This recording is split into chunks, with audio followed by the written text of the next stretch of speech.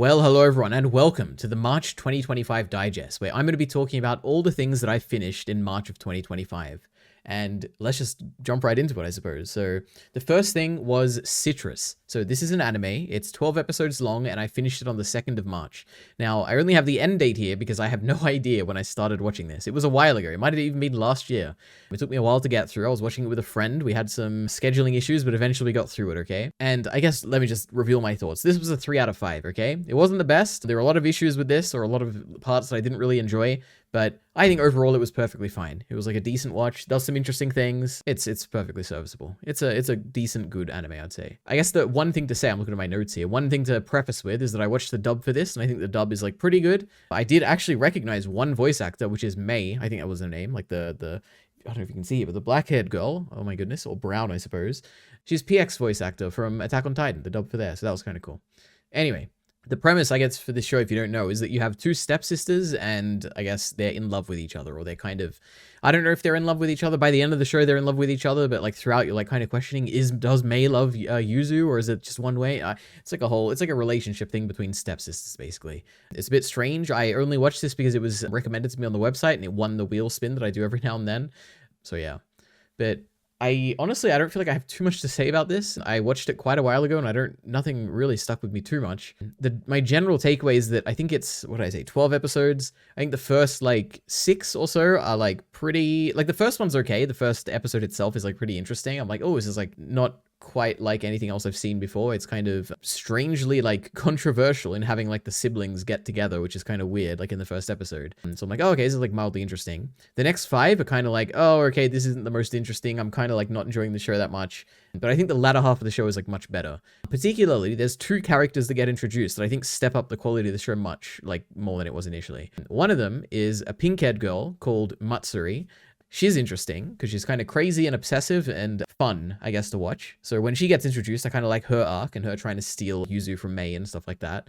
But then the second step up in quality is when the show actually gets really, pretty good, I'd say. I do enjoy it quite a lot after this, which is the introduction of Sarah, or Sarah. I guess, I think in the dub they said Sarah.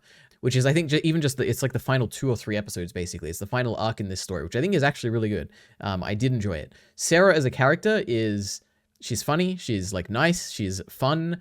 She's basically a really great addition to the show, and kind of became the reason that I was watching the show, where I'm like, oh, I'm more interested in Sarah's kind of hopes and dreams and sadness at having another person steal the girl that she's interested in than I was in any of the other characters in the show. So I guess Sarah's a big addition. Sarah and her sister and that whole basically final arc of the show. I like that a lot. Another, I guess the final, looking at my notes here, the final overall thought that I think I have on Citrus is that I do like that the story progression is kind of unpredictable in a way. I was constantly wondering, where is the show going to go? I feel like there were big developments, the dad just suddenly appeared in a few episodes out of nowhere. I was like, oh, okay, I was not expecting this. Like I said, those 2 characters, the pink-haired girl Matsuri and Sarah, I was not expecting any of these developments. They were good, I kind of like how unpredictable the show can be at times. Now, that's honestly the majority of what I have to say about Citrus. The other things I have are just miscellaneous notes. So toward the end of the show, they have that arc that I said I liked a lot, and they're basically going on a school trip. And during the school trip, they visit this shrine. Obviously, they're in Japan, and it's raining. And I really like this because what's basically happening is it's really rainy. They're on a school trip, and they're also trying to confess their love to each other. I'm like, oh, this is so cute, on a rainy field trip, just trying to confess your love to the crush. And I like it a lot. That was a cool, fun element. And I like that final stretch because of that. What else is there? There's also a little thing toward the end of the show, which is that there's a plot, not a plot twist. It's a pivot in the plot, or oh my God, it's a Star Wars term. What am I looking for? A fulcrum in the plot. Okay. The thing that the pivot rests on or whatever. Where on one Christmas or New Year's or something, I think Yuzu rejects a kiss from Mei or something like that. Something basically puts a distance between them. And ever since then, in the show, whenever that plot element happens, for the rest of the show, they're kind of awkwardly recovering from that and trying to cope with it. And I'm like, oh, this is an interesting element. I like that element of regret, or Yuzu kind of wishing she never did that and trying to convey that to Mei. I don't know. I like that element. What else was there? I also liked I guess all my miscellaneous notes about this final kind of stretch of episodes, but I did right at the end of I think it might even be the final episode, you have the confrontation, which is what I'm looking at here, which has the bear kiss as well, where she puts the bear up to her mouth and everything. I'm like, this is really cute. Firstly, I like that a lot. Secondly, I do like the scene where Mei is basically running away from Yuzu, which is one, it's it kind of shows how much that Mei kind of cares about the situation because she is running away. She's showing her emotion here, which is kind of cool. And also, I do like the wrap up of this scene where they're running away, where May is kind of placing some of the, Yuzu is kind of slightly placing some of the blame on May for being like having a lack of communication, giving mixed messages, like being hard to read, things like that. And I like it a lot because it is throughout the show, you're kind of thinking that like it does all fall on Yuzu's shoulders. She's the one who's like suffering or struggling to like kind of do things. She's like trying her best to kind of, you know, communicate and stuff, even though she's not the best at it. But May is like a stone wall and she's hard to read. And I do like that at the end, it's like Yuzu kind of understands that it is kind of May's fault a little bit for how difficult this relationship has been. I like that. But beyond that, the last actual thing to say is that I like the ending, the ED. It's good. I don't know about the visuals, but I like the song. And I think I had heard it before the show, so I guess maybe it's pretty popular. But Citrus, I don't know what you want me to say. It's a 3 out of 5, okay? I got nothing else. Next up. In March of 2025, I finished Beast Game. So this is a TV show. I'm sure you've probably heard of it. It has 10 episodes. It's on Amazon Prime. It's basically the first and only series that Mr. Beast has made officially as a TV show. So, you know, the great Mr. Beast, he makes very popular YouTube videos. They're generally pretty high production value, but with the funding from Amazon, let's see how far you can push it. That's basically the premise of this kind of thing. They got 1,000 contestants, narrows it down, and you get one winner at the end who wins $5 million, or so it makes it seem at the beginning of the show. Now, that doesn't exactly pan out, because they win $10 million, a big plot twist, which I actually liked a lot. But anyway, so, my overall thoughts on this show are that it's pretty bad, generally, with some elements that I did enjoy a lot. But for the most part, it was like, I kind of liked the first episode was okay. There was like a few challenges that kind of hooked me in, but for the most part, I was like, oh, okay, I kind of like have to get through the show. I have to, like, I don't enjoy it that much. There's a lot of like contestants that just annoy me and the way they act and behave and all that, like, just bothers me. But there were some good bits. That's my general take on this. But one thing to also say is that I'm used to watching, I love Mr. Beast, firstly, for reference. Like, I like his videos. Well, I don't know about him as a person, but I like his videos, okay? But I watch all his videos on at least 1.5 times speed, sometimes 2 times speed. And it was a nightmare, basically, getting through the show, watching him at 1 time speed. So, I don't know. I know Netflix has like a 1.5 times speed option, but Amazon Prime Video doesn't, and I just wish it did, because I think it would have made this a lot more tolerable, not having to listen to his speeches in such a slow speed, basically. Just a preface thing to get out of the way. My initial complaint when you're watching a show like this is that I kind of expected, like I said when I introduced the show, I expected it to be a much higher production value than Mr. Beast videos. Like, the allure of this is that you're kind of getting to see Mr. Beast kind of unrestrained and with much more time that he can focus on kind of the production that he's making, do things that are much more grand scale and much more interesting and blah, blah, blah, blah, blah.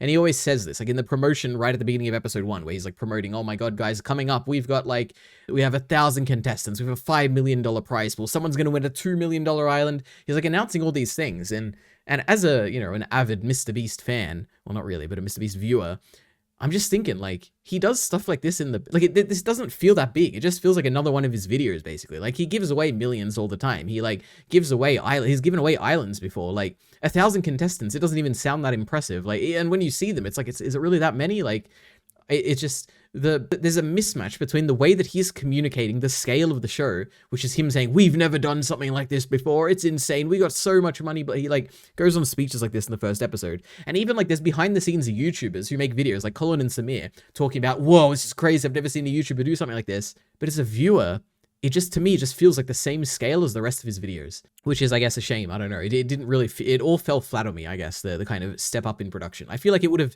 probably been more concise and more interesting if this series was just like 10 different episodes, like on the Mr. Beast channel, like not episodes of TV shows, but just like 10 Mr. Beast videos. I think that would have been better. All the things that the show provides you, which are like, I guess, more time so that you can flesh out more characters, are only a detriment to the show. I don't think the characters are particularly, like every time that the show tries to do storytelling, I think it just makes it incredibly cringe and bad. And I have like, I'm going through all my random notes here, but like, another thing that happened when I was watching the show is that I started watching a few episodes and it would end on cliffhangers, which bothered me because I'm like, oh my God, it's a week-to-week show firstly. So you got to like wait the next week to like get what happens after the cliffhanger, which bothers me. They should have just released this all at once. But basically I took a break like midway through, like when I'd seen like 3 or 4 episodes, and then I came back like a month or 2 later. And in that break, I watched Squid Game season 2, which is kind of similar to this, but it is like obviously scripted and has like interesting writing. And I like Squid Game season 2 a lot. So it was such a, and also just to kind of extend the analogy here, Mr. Beast, not Mr. Beast, I guess Beast Games is obviously trying to replicate the aesthetic of Squid Game, right? The contestants have numbers, they fall in pits and seemingly die, you know, the challenges are very like, they're exaggerated. Whatever. It's meant to replicate Squid Games in a way. But it's like night and day in terms of the intrigue of the characters that are present here and the writing that is tried to come together for Beast Games. It's like night and day compared to Squid Game, and it's just not good. Like, Mr. Beast should not focus on writing. I think he should just focus on, like, I don't know, making interesting spectacles. I think that's much more of a thing that he should do. Anyway, what do I know? What else? Let me actually go through my notes now. So I guess the first thing to say is just to talk about the contestants, because they bothered me a lot. Now, one thing to say is that I haven't seen any reality TV shows. Now, maybe I've seen like a few, but nothing comes to mind where I'm like, oh yeah, I was like a big fan of this, or I've seen this, and I binge this a lot. Like, so I don't know, maybe the issues I have with this are kind of an issue that is universal to like all reality shows, but the contestants are very annoying. Like, they get annoyed by when other contestants make logical moves, like when they protect themselves in this game, which is obviously a competition where you're competing against everyone else. People will like stand high and mighty and be like, oh, you are an evil person for making this selfish decision in this competition where you're all trying to win like $5 million. Like, it just bothers me. And I'm like, oh my goodness, you're all so dumb. And I'm like, I don't enjoy watching these dumb people say dumb things in dumb scenarios. It just bothers me. It annoys me, okay? I don't like when there's a lot of time where I think it's like a Mr. Beast storytelling element, which I think is also a thing they do in other reality shows. So maybe it's just a reality show issue, which is that they go into the backstory of the contestants. And it's like, oh, I'm here because I want to do this and this and this. And my parents, they've raised me well and I need to give them money and I'm going to buy them a house. And I'm like, I don't care about any of this. It's so cringe. And then when they get eliminated and they're crying and they're like, oh my God, my parents, they're going to get, I'm like, I don't care. I don't care about this. It's just, it's a nightmare to get through and I hate it. Yeah, I don't know. People like it though, apparently, because I'm pretty sure this is a thing in like all reality shows and people love reality shows. I don't know. Whatever. What else is there? Oh, this is like another thing, because I was going through my notes, because I made notes as I was watching, like week by week, and I made a note in episode 1 that literally predicted who would come first and second, which is crazy. And it's just because of how obvious Mr. Beast's storytelling is. Like the emphasis he places on certain characters and the things he's saying, like when as a narrator, throughout episode 1.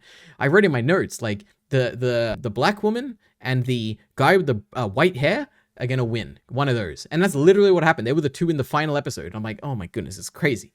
I don't know. It's just, to me, that's like like when I went back and saw that in my notes, I was like, god damn it, the storytelling is so cringe, but it is what it is. Anyway, what else is there? Oh, I just have more notes about how it's cringe. I have like examples here of Mr. Beast narration, okay? So pretend I'm Mr. Beast here and I'm reading out these lines on the show, okay? But sometimes the people who you think you can trust the most are actually the people you can trust the least. Okay, next up, all right? Oh, no, there's also another thing, which is that throughout the show, like a few episodes in, basically, when they've narrowed down the number of contestants, or maybe it's like episode 2 or something, they send these people to a place that they call a city. We built a giant city just for this show. Oh my god, look at this. All our contestants live in a city.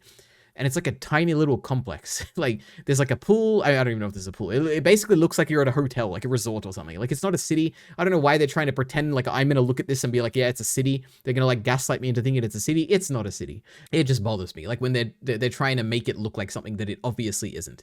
I don't know. Anyway, back to the cringe narration, okay? Here's another one.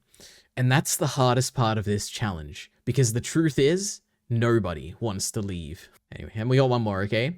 You know him, you fear him, Little Yachty. And then this guy comes in, who I assume is like meant to be a big deal, but also at the same time, I feel like that was maybe a gag, and I don't know. I couldn't tell if they were trying to like play it serious, and this is actually like a famous person that I just don't know, and they're like trying to be cringe with the setup, or if it is like a gag and no one's meant to know who this is, and that's like the joke, but I don't know. There's stuff like this. There's so many quotes in the show that I'm just like, who thought this was a good idea? But it is what it is. Anyway, more of the cringe element. Mr. Beast is actually probably the best part of the show in terms of like the actual on-screen presenter, like the presence on the show is probably the most interesting person. Like I like him on here more than the contestants, most of them at least. The worst people in the show are Mr. Beast's crew.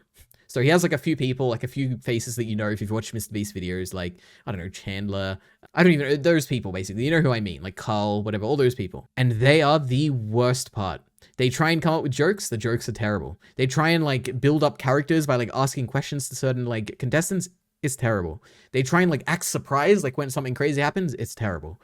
It's not good. Yeah, I don't know what to say. And I would just be surprised if there was a single, but maybe if you're a kid, if you're watching this as like a 5, or maybe not a 5-year-old, like an 8-year-old or something, and you're like, these guys are so funny. They made a funny face when the guy just said something crazy. I don't know. Like, who is going to be watching this? I guess maybe the audience for this is meant to be like young kids, and I'm too old for this. I don't know. It is what it is. Anyway, I already talked about the cliffhangers. They bother me. I think it would be fine if it was like a binging show where they all come out at once, or maybe like in batches of like 3 episodes, but I don't want to like wait a whole week so that I can find out who pulled the buzzer or who pushed the buzzer in like a team of 7 or something. Like, I don't care. Like, just give me the answer. I don't know. What else is there? Oh, and the final, I also did not like the final challenge in the show, which is, it is entirely, basically you've got 2 people now, you know, the winner, whoever wins here is going to get $10 million. And the challenge is that there's a bunch of briefcases. One person gets to put like the winning key in like a briefcase, and then they can shuffle around the briefcases however they want. Then the other person they can also spin it around or whatever, the table with all the briefcases. Then the other person basically has to randomly choose a briefcase. And they can like look at the other contestant and try and probe them and whatever, but it's basically random chance, okay? Unless the other person tells you, you're purely just going off vibes and you're not going to get anything. It's a completely random selection, which bothers me because the feeling I get when I'm watching it, like that final thing, I'm like, in my mind, because it's random, like the winner has already been decided. Like I'm just watching the event play out, which is just like you're literally like clicking a random number generator on Google and you're gonna get the winner here, and it's like so boring. I'm like, can't they do like a competition where like someone will win based on some metric of like, or some like talent that they have, or some like interesting advantage they could? I don't know. It's just like it's just bad. Okay, it's bad. I don't know. Now, that's basically everything bad about the show, okay? Now, let me see if I have anything good. I guess here, just to talk about the contestants themselves, okay? So there were a lot of interesting contestants, and by that I mean there were a lot of characters that I somewhat remember. I don't know if I would particularly say they were appealing or anything, but the ones that I hated the most, and remember, hate can be like a decently interesting thing, because it's like, oh, at least you have strong emotions toward them. Number 1, there was a religious guy called Jeremy. Sorry, religious guy, I don't know if that came across. Jeremy. And he was just annoying, okay? He blames that, he like assigns every decision he makes to God. He like is praying all the time. And the most annoying thing to me is that all these damn, I'm assuming Americans who are extremely religious, which is how it goes in America, they're all falling for this like trick of like, oh my God, guys, I'm your leader. You should all pray with me and please pray for me and give me strength and side with me. And whenever I need your help, please help me. And it's like, oh my goodness, I just don't like this. Yeah, I'm you know, an atheist, and it bothers me when people talk about religion being the driving force behind all their successes in life. It bothers me, and it bothered me here. So I don't know, Jeremy, we didn't like him. But maybe the fact that I have strong feelings on him makes him a good character, but it is what it is. Another person I didn't like is the woman who won the island. She was incredibly annoying. She was always like complaining and always kind of getting annoyed at other people. And then even after she won the island, she kept complaining and kept like being annoying. And I was like, oh my goodness, bro, you won a $2 million island. I think you should be happy now. But no, she wasn't. So that was also annoying. And then there was also a girl called Emma. I put in question marks because I think her name was Emma, who made it like to the top 5 or something like that. She cried after every damn person was eliminated. It bothered me, and I'm like, oh my goodness, I hope she doesn't win. Because if she wins and she's just crying after every possible contestant and everyone's feeling pity for her, and I'm like, oh my goodness, bro, it's a competition. People are here to win. Like, why are you crying for these people who are obviously not going to win? One person's going to win. It's annoying. And there's 2 people, so those are people I hated. There's 2 people that I liked, okay, somewhat. One is Akira, who the main thing I remember him for is that he eliminated these 2 brothers that were like somewhat annoying, but also somewhat like interesting. I kind of like them. They called them the Habibi brothers, I think. He eliminated them and like he had a bunch of cool moments, basically. Akira, I liked Akira, he was interesting. And the second guy is the actual winner of the show. I did like him. Like, he was enjoyable. He seemed like pretty smart throughout the show. He didn't really, like, there wasn't anything too much where he would like have a moment to shine, or I'm like, oh my God, this guy, he like won this challenge or something like that. But I liked him. He was appealing. He was like one of my 2, I guess, favorites here, and he happened to win. And I was like, this is great. So yeah, those were the contestants. Now, I guess, yeah, so that was a lot of negative stuff. Now I actually have like highlights. So things I did like about the show. Okay? It's a 2 out of 5. It's not a 1 out of 5. One of them is probably the first like big interesting challenge, which was, there was basically this, they basically, there was, I don't know how many people, like 400 people or something, or maybe let's just say 400 for simplicity. And each of the 400 people they were split into groups of 4. And each group was nominated 1 captain. So basically now what you have is 4 people that are representing, you know, 1 for each team of 100 people. And they go up and they stand on a stage. And on the stage, there's a number that is going up slowly. And over time, it increases and gets faster and faster. And it's going to increase to a number that you don't know what the maximum number is going to be. And at any point, the captains can press the button and they win whatever number is on the screen. And their entire team gets eliminated except for them. So they continue on. They get the money and they get to continue on throughout the show. And this was great because I'm like, if I was in this, like I don't know what I would press. And I was so curious, like who's going to get it? Are they going to get it when it gets to 100,000? Are they going to get it when it gets to 1,000,000? Like, what's it even going to go up to? We don't even know what the limit is. And it turns out 1,000,000 was like the limit. And it also turns out that no one pressed the button, which was like a crazy, oh my God, I can't believe this is happening. This is so cool.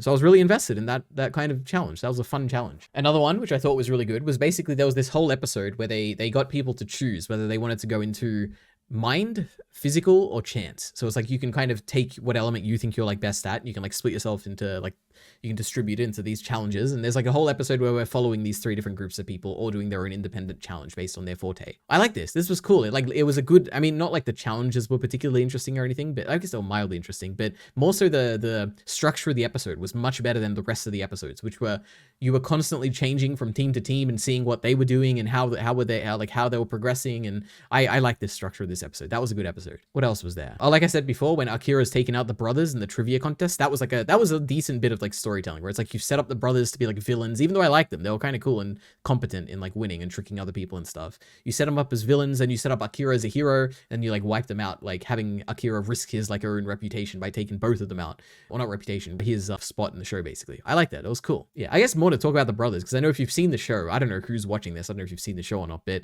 there were basically there was this challenge early in the show where you're basically grouped into groups of 3 and you're in a white box basically with your group of 3, and you have to choose one of you to get eliminated.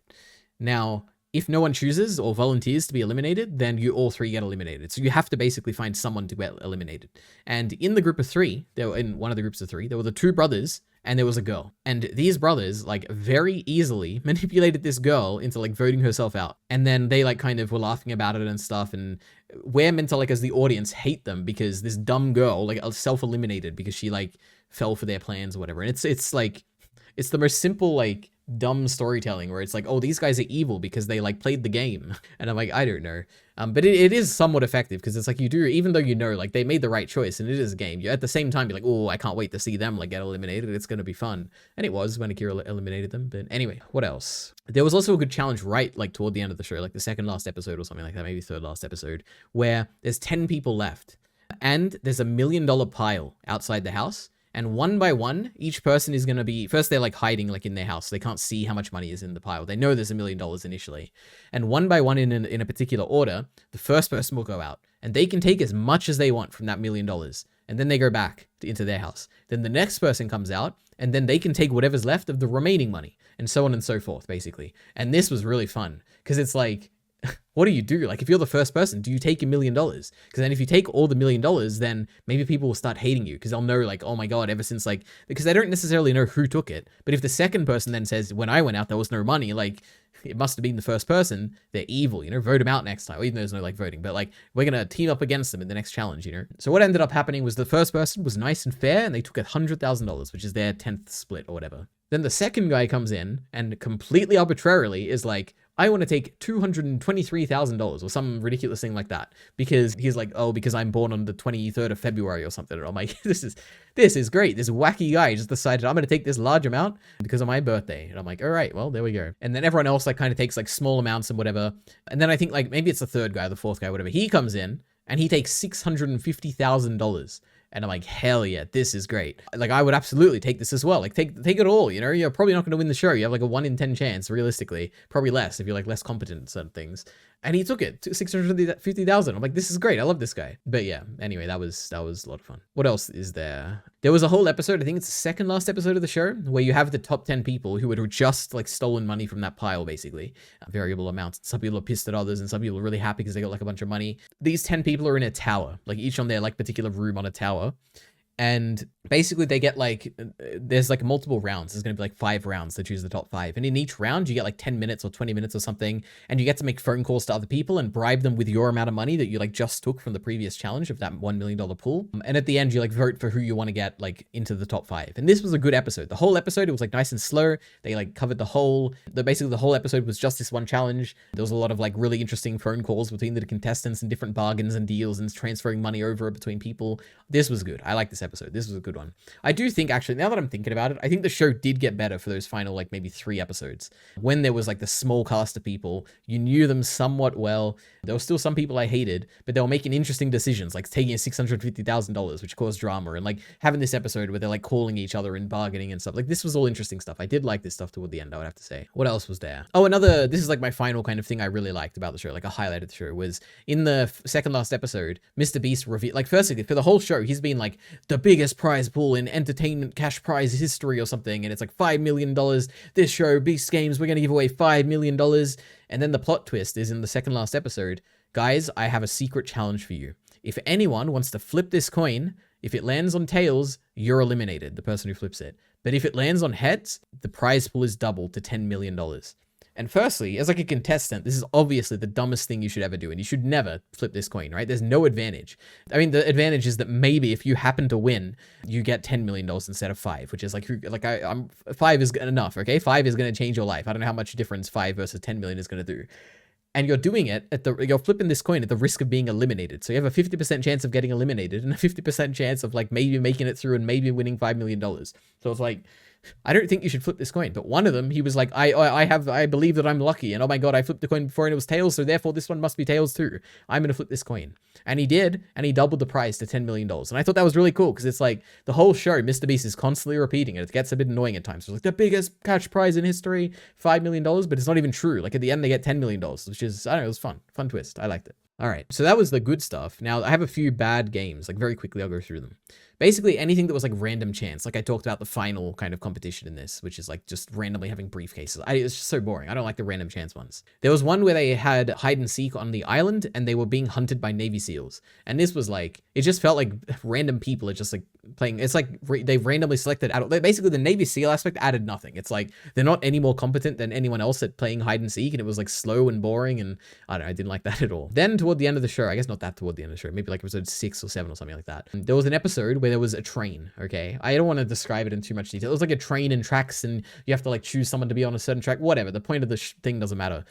The point I want to say is that, oh my God, I feel like the whole episode was about this train. It was so boring. And there was so much buildup. Every time they were like sending the train to like run over one of the tracks, there would be like 2 minutes of like establishing shots of, oh my God, guys, the train is coming.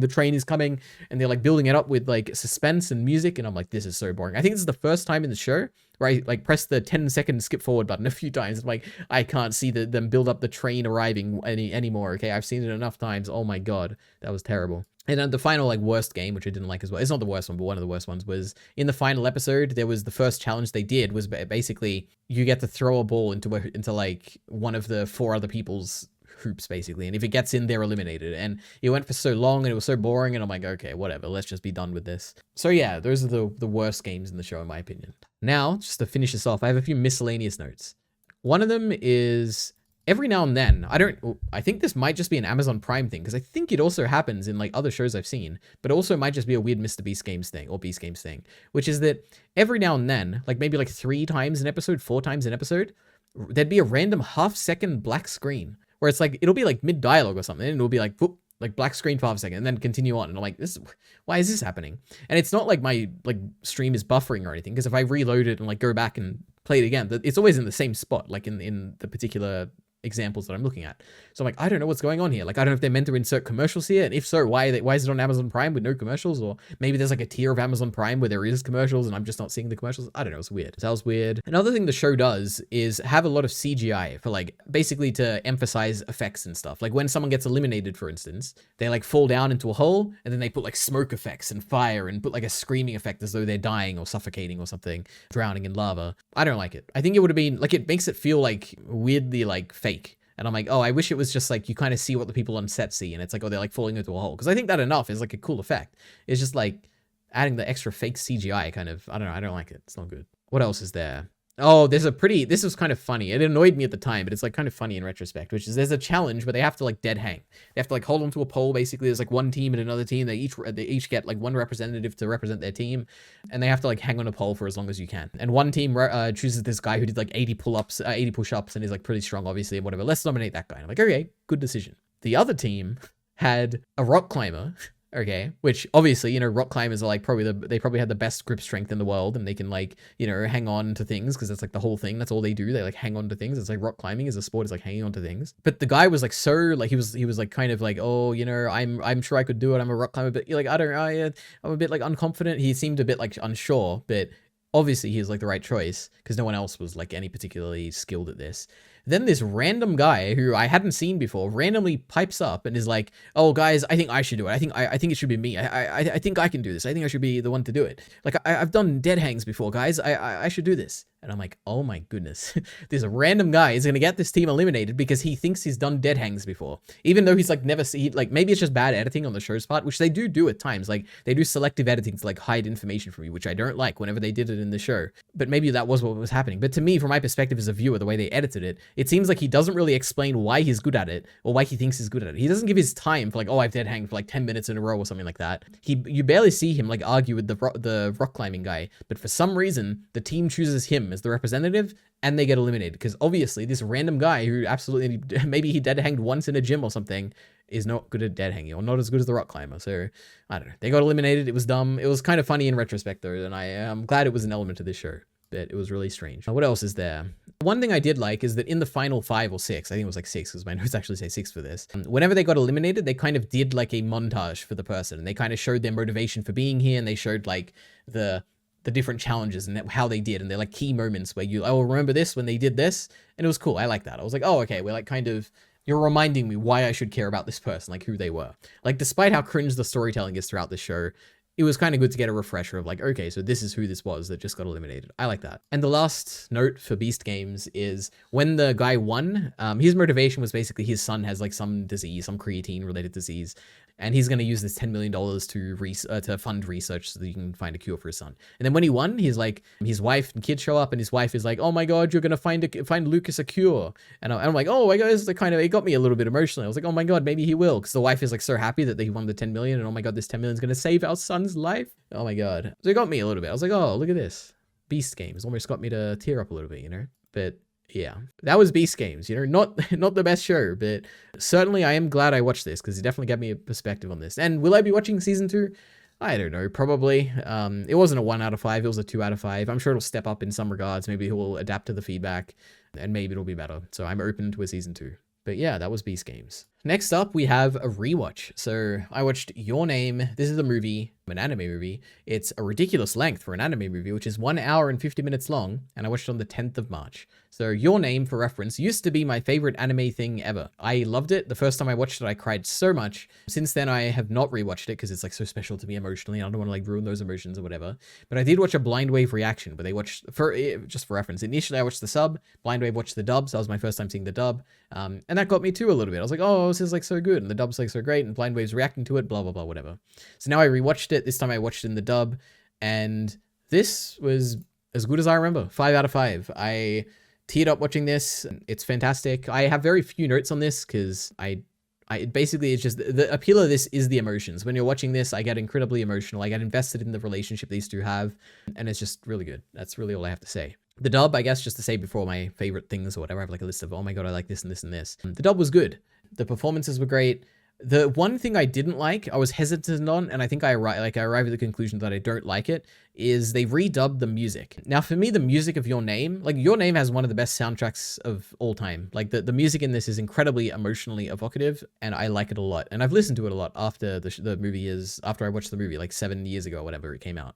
And they redubbed it in English for the dub, and I'm like, ooh, I don't like this. Like, it's slightly different. It's slightly, like, not as good, and yeah, I don't like it. Now, in some regards, like, some of the redub songs were, like, pretty good. Like, they were almost comparable to the Japanese, maybe comparable.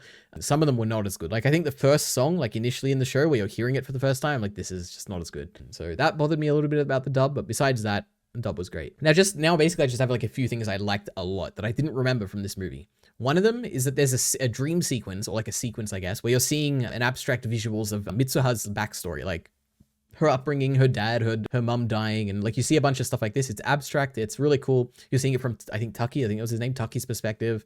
I liked it. That was really good. It got to me emotionally. The next one is there's a very like kind of relatable or like down to earth, grounded kind of element to this, which is Mitsuha, she goes and visits Tokyo because she wants to meet Taki, and eventually she like doesn't find him there, and we find out why later. But the whole time she's kind of nervous about whether what's his reaction gonna be. Is he gonna think that she's a nuisance, like, oh boy, you came out all this way, now I got to deal with you and blah blah blah, or is he gonna be happy to see her? And this like kind of concern that she has the whole time is incredibly cute. I liked it a lot. So yeah. It almost just makes me tear up, just the concept of it. Like it's just like this girl who Taki obviously loves her, right? And we know this as the audience, but the fact that she is so nervous about it, and it's like, well, maybe I am going to be a nuisance, and like I came all this way, but like, what if he just doesn't quite want to see? Like, what if the amount I love him isn't the same as the amount he loves me? And it's just it's great. I like it. That's all I can say. And yeah, basically what we find out is that she visited him because of the time difference in these two character timelines. One is like 3 years in the future or something. She basically visits him before he knew who she was, which is really cute. So she goes and meets him, and like he basically has no idea who she is. And it's like heartbreaking and sad and kind of cute, and I like that a lot. I completely forgot that happened, but it was great. Then there's the mountain scene, which is the scene that I have in the image here, right here. And it's like the cutest thing ever. Oh my goodness. It's these two characters who haven't seen each other before, like haven't interacted, I guess, like personally, but only through like indirect contact and stuff. They meet each other for the first time, and they're like touching each other, and like it's just so adorable and cute and emotional, and I cried. This is like the first time I cried watching this, which is like this scene and basically the rest of the movie. It's fantastic. It's like the cutest scene of all time. But the biggest emotional like moment in this is something that I did vaguely remember when I was watching through the first time, but it got me so much the second watch through, and I think it is like the highlight of the movie, like the best thing in this movie, which is when Mitsuha is like struggling to like save everyone, and she's like kind of losing her memories of Taki because of like the timeline shenanigans, and she falls over. And when she's desperately trying to remember his name, and which is like the name of the movie, right? Your name. And she like pulls up her hand, because in this like scene on the mountain, they wrote each other's names on their hands. Or I guess like Mitsutaki wrote his name on Mitsuha's hand. So she's like, oh my God, his name, he wrote it on my hand. And she pulls up her hand, and instead of his name, it says, I love you. And I'm like, oh my goodness. It's like it's so cute. And I was just like, oh my God. It's so sad as well, because it's like, what really matters is that, like, from his perspective, what really matters is not his name or who he is, but the fact that he loved her. And it's like, that just gets to me so emotionally. Yeah, so good. The highlight of the movie. That's Your Name. Great, 5 out of 5. Recommend it to anyone. I don't know why you're listening to this if you haven't seen it. I just spoiled a big part of the movie, but go watch it. It's a fantastic movie. All right. Next up, we have My First Summer. So this is a movie from 2020, an Australian movie, if you can believe it. And it's an hour and 20 minutes long, and I watched it on the 10th of March. So the premise of this movie, I'm trying to even think if I could summarize the premise. You basically have a woman who commits suicide in a lake. And then you have a girl called Grace, I think it was, who witnesses this suicide, and the police like question her and be like, oh, what did you see? And was there anyone else? And blah, blah, blah, whatever. And the girl basically says, no, there was no one else. I saw this woman. She killed herself in the lake. She drowned herself, and that's it. But there was actually another witness that she did see, and she's hiding from the police, which is a girl called Claudia. And Claudia lives on her own in this like little house that her suicidal mother lived in. And her mother had she was a very cult, like basically her mother was like she must have been in a cult or something. And she basically believed that the world outside is corrupt and evil, and the only way to get salvation is to kill yourself. So the mother had like that weird ideology, and she wanted basically the girl to kill herself too, but the girl didn't kill herself. Like she kind of backed out at the last moment or something. The premise of this movie is basically following Grace and Claudia and their relationship and how it develops. And it's basically a love story, or kind of like a love story. And this is really good. This is a 4 out of 5. It's incredibly short, but very effective. And it has like a few emotional peaks where I'm like, this really got to me. But I think the main thing is that it's basically it's an engaging story about like an engaging small scale story about like 2 characters, basically. That's all there is. There's maybe in the entire thing, there's Grace, there's Claudia, there's like 2 police, there's a dog, and then there's like Grace's 2 parents. And that's basically it. Like it's a very small scale thing. And for 90% of this movie, you're just following Grace and Claudia as they get to know each other, and they hang out, and they have like impromptu dates, like the image here, where they're like having tea in the garden. It's very small scale and cute, I guess. Like I like this a lot, basically. But let's see, what notes do I actually have on this? Yeah, I guess I don't have too much, like, beyond like the overall thing, which is that I like how indie and small like scale it kind of feels. I like that kind of stuff. I like the impromptu dates, like I said, and I like the scale of the movie. Beyond that, I just have like a few things I thought were interesting about this. One is that throughout the movie, there's an interesting dynamic here, which is that Grace is like trying to save Claudia in a way.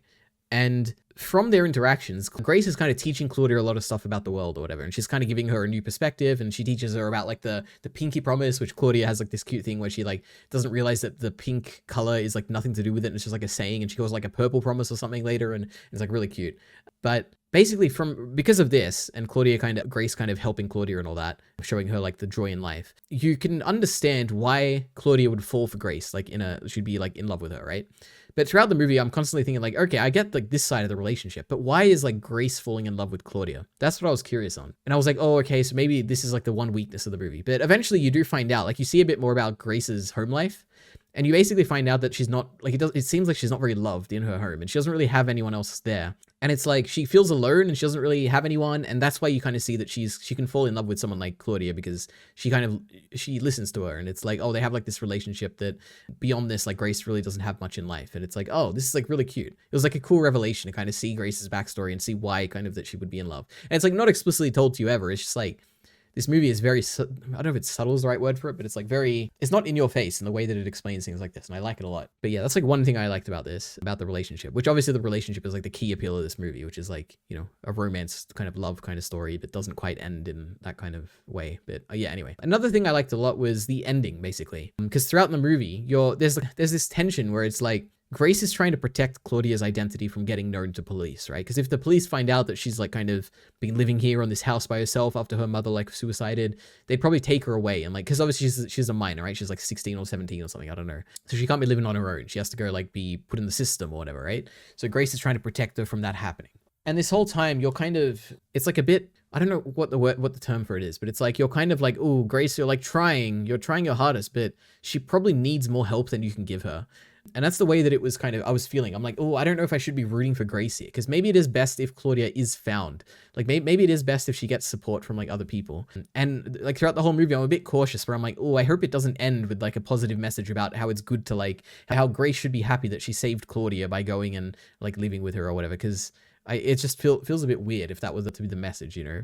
But the end really brings it all together, which is that Claudia does get found out. Like her identity, like they do realize that she's living in that house. And her reaction immediately, despite all the like positive, like kind of relationship that she's built up with Grace, her reaction immediately is to go and run to the lake and try and kill herself again. Which is like, but when this happens, it is kind of like the satisfying thing where it's like, you realize that in fact it is what you were fearing this whole, not fearing this whole, it is what you wanted this whole time, which is the basic, or what I wanted this whole time, which is that you realize that Grace wasn't enough. Like this relationship she built with Grace, like Claudia and Grace, it is meaningful and she's never going to forget it. This is obviously going to impact Claudia's life forever, the trajectory of her life and everything.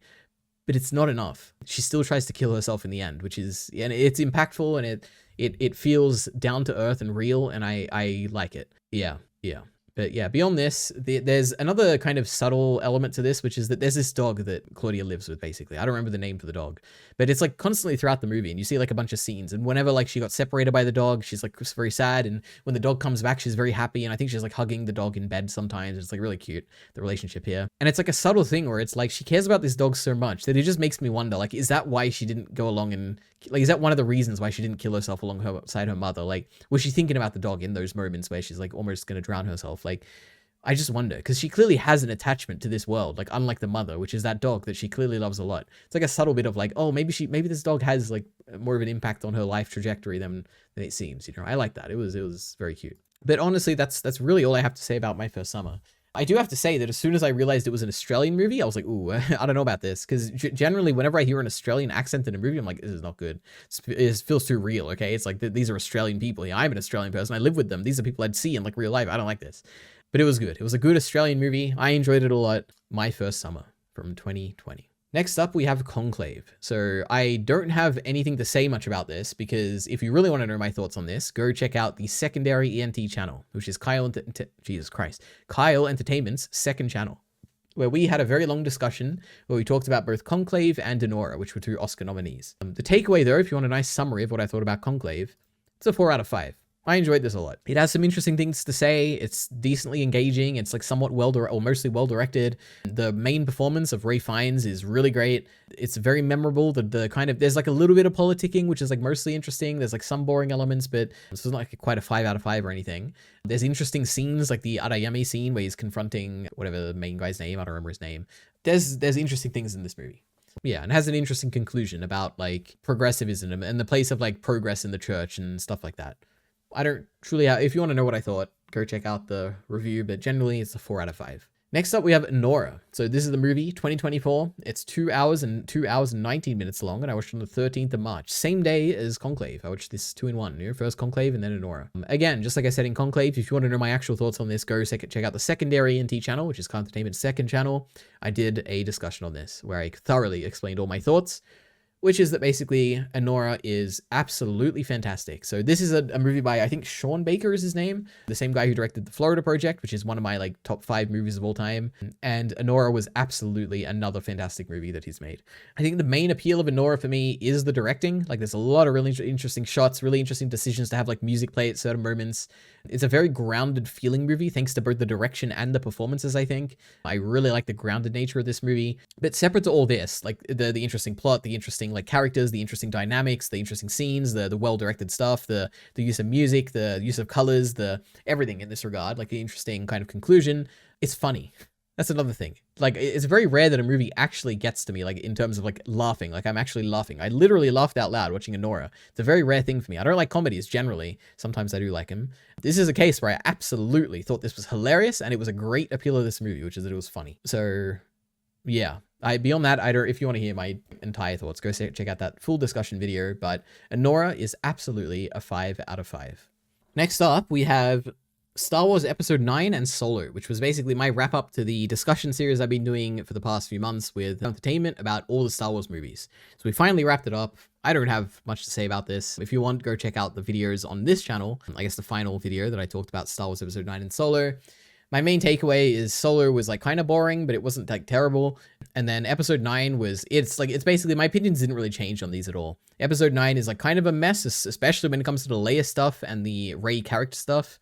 But it's basically propped up by Kylo Ren and especially Palpatine. His performance and his like just the concept of like this Palpatine who's being carried around by this metal machine and this like chanting Sith audience and the whole aesthetic of like Exegol, like this stuff kind of carries the movie up into like a 3 out of 5 or like something much better than it would have been otherwise. But yeah, that's honestly all I have about Episode 9 and Solo. It's 3 out of 5, okay?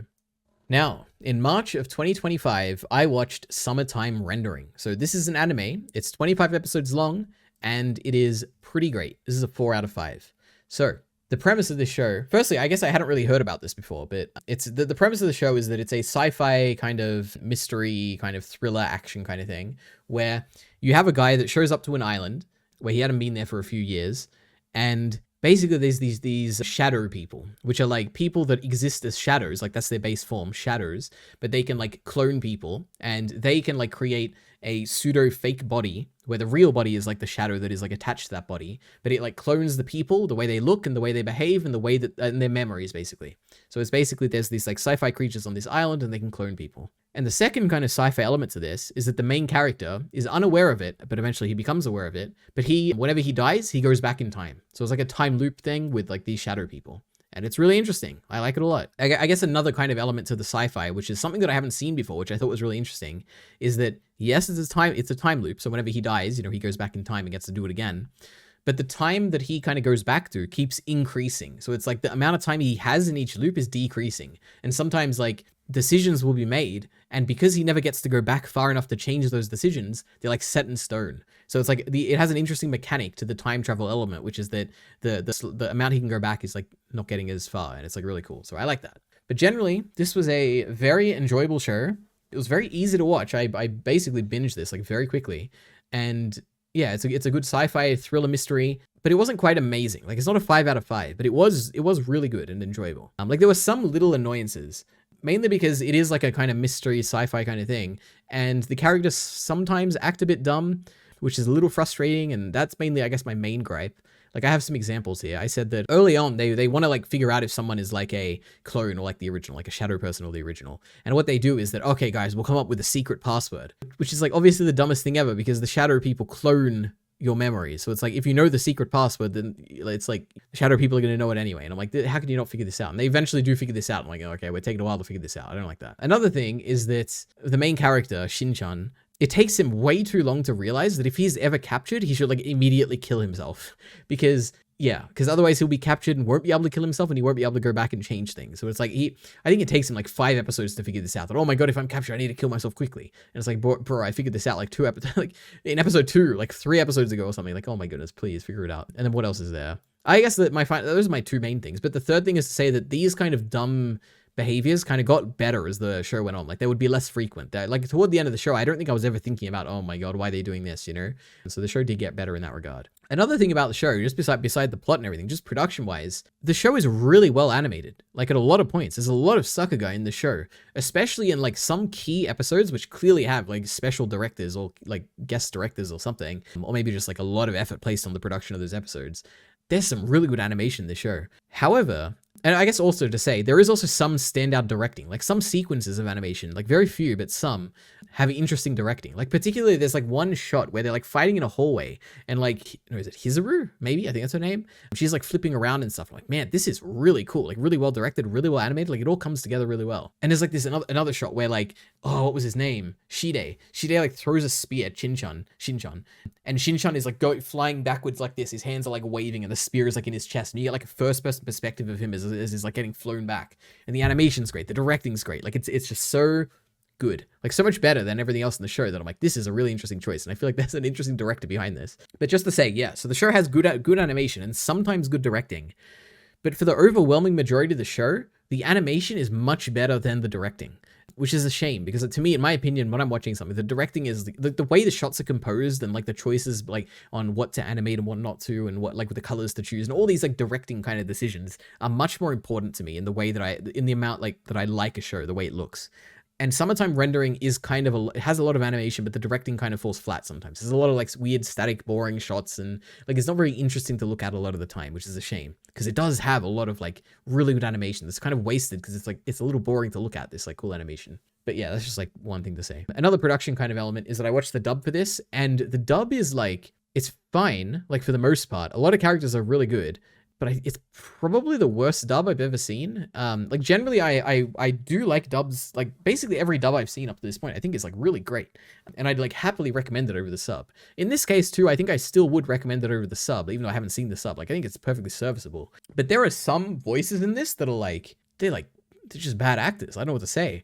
And 2 of them, like the 2 most notable ones, Mio, which is Ushio's sister, like the very incredibly tanned girl, which I don't know why she's so tanned, but it is what it is. She is a very bad voice actor, and she's so out of place and the voice that she has matches the character. Like it looks like it comes out of her mouth or whatever, like it matches, but the acting itself is like really weird, and I don't know how to describe it. I'm just saying it's weird. And even like toward the end of the show, her like microphone quality like changes and it's like really weird, and I don't know if it's like some lockdown COVID thing or because it came out in 2022, I think, so I don't think it's that, but yeah, I don't know. Something happens eventually at some point, and her mic even sounds weird, and her acting's weird, and like, this is weird. I don't know what's going on here. She was not good. And also Shinchan's best friend, which I don't know what his name is, but he is like everything he says, basically, it's meant to be serious, but because of the way he's delivering it, it comes across as like comedic. I don't know what to say. Yeah, he's a weird actor. I didn't like it. And even like Hizuru was like another one. I guess the way she's characterized before you know who she is like the big boob woman. That's like who she is. But eventually you find out it's Hizuru, and she's like a really good character. I like her a lot. But the voice acting for her is like sometimes it's like okay, sometimes it's like really bad. So yeah. And this is coming from me who likes every dub, okay? So I feel like if I have issues with this, I feel like a lot of people are probably gonna have issues with this. So keep that in mind if you're interested in watching this. But yeah, so some weird dub performances. Yeah. What else is there? Oh, this is like another kind of overall thought, which is that the first episode of the show is kind of interesting, like in a bad way, which is that when you go into the show, the first scene of the first episode is very important. Like, and constantly when I'm watching the rest of the show, I'm thinking about the scene like all the time. Like, how's it going to tie in? What's happening there? Because the first scene makes it very clear that this is a sci-fi story.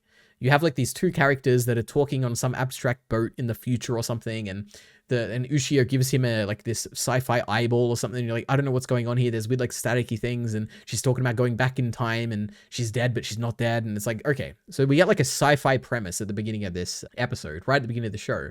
But then the rest of the first episode is kind of like a mystery, where it's like the appeal of the first episode to me is kind of like trying to figure out like what's going on. It's like you're like trying to be like, okay, what's going on now? Can I piece this together? It's like a detective kind of mystery is kind of what it feels like. But because the first like scene sets up that it's sci-fi, you don't get the satisfaction of being able to piece together or have hints at what's happening, because the answer's sci-fi and you don't know the rules of the sci-fi yet. So it's like there's no real reason to kind of come to a conclusion because you have no idea. And at the same time, you also, because of that first scene, you lose the, like, say for instance that maybe it was impossible to figure out or whatever, or if you didn't say we didn't have that first scene, then you could have just been constantly guessing, like, what's happening here, whatever, blah, blah, blah, blah, blah, I have no idea.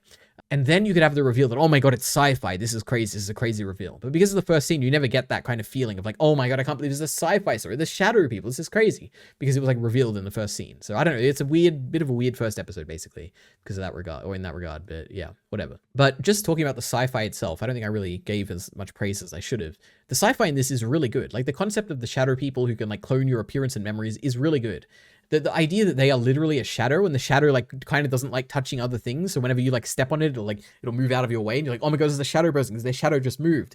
That's cool. The fact that you can like pin them down by like shooting their shadow 3 times is like really cool. The fact that if you like hit them with a hammer, they explode because it's like they're a shadow. Like this is all cool stuff. The fact, like I said before, about the traveling back in time, but the fact that the time loop is becoming shorter and shorter every time. This is like, it's good stuff. I like it a lot. Oh, and there's also, I just saw my notes, there's one really cool scene, which is that randomly, like Shin-chan is like standing somewhere, he's like doing something, whatever, and then randomly he gets teleported to his room, and I'm like, whoa, what just happened? And you realize it's because he got sniped in the head, instantly died, and then woke up in the new place because the loop started again. And it's like, this is cool. I've never seen that done before, where it's like, you don't realize that he died, all you think is that he teleported because it happened so instantly, the death was so quick and he wasn't aware of it. It's really cool. There's some cool sci-fi in this, I have to say. And this is coming from someone who's seen a lot of sci-fi, okay? Anyway, another note is that Ushio is kind of like a secondary main character. She's the blonde girl in this screenshot here. And she starts off a little annoying, and it took me a while to warm up to her. But I did warm up to her, and I think my favorite scene in this show, which is the one on the screen here, is because of her, and her voice acting, and her like character, and I do like her a lot. But it did take me a while to warm up to her, so I thought I'd just mention that. Another thing that I like in the show is the general direction of the overall like plot, which is that initially you meet like the mother figure, which is Heine. And you think she's kind of like the root of all evil or something. And she was like the first shadow that came here and she's kind of evil or whatever. But by the end of the show kind of goes in an interesting direction, which is that it makes Heine a sympathetic figure. And instead of Heine becoming the villain, you've got Shide becoming the villain, who is her like second in command, or like the muscle to her brain or something like that. And I like it. It like portrays Heine as a kind of a sympathetic, like she's just like a little girl who's like struggled like in life because of the situation of her birth. And you've got like Shide, who's like a very selfish person who is like, who is a human who keeps like replacing his memories into his kids and like takes over their lives. And it's like, he's very selfish and in a good villain. Like I like it. So I do generally like the kind of direction the show goes. But at the same time, it does kind of take away from the initial appeal of the show, which is that Shide is like this crazy, like, oh my God, he's got 4 arms and he's a shadow and he's crazy powerful. And oh my God, he's like pure evil or something.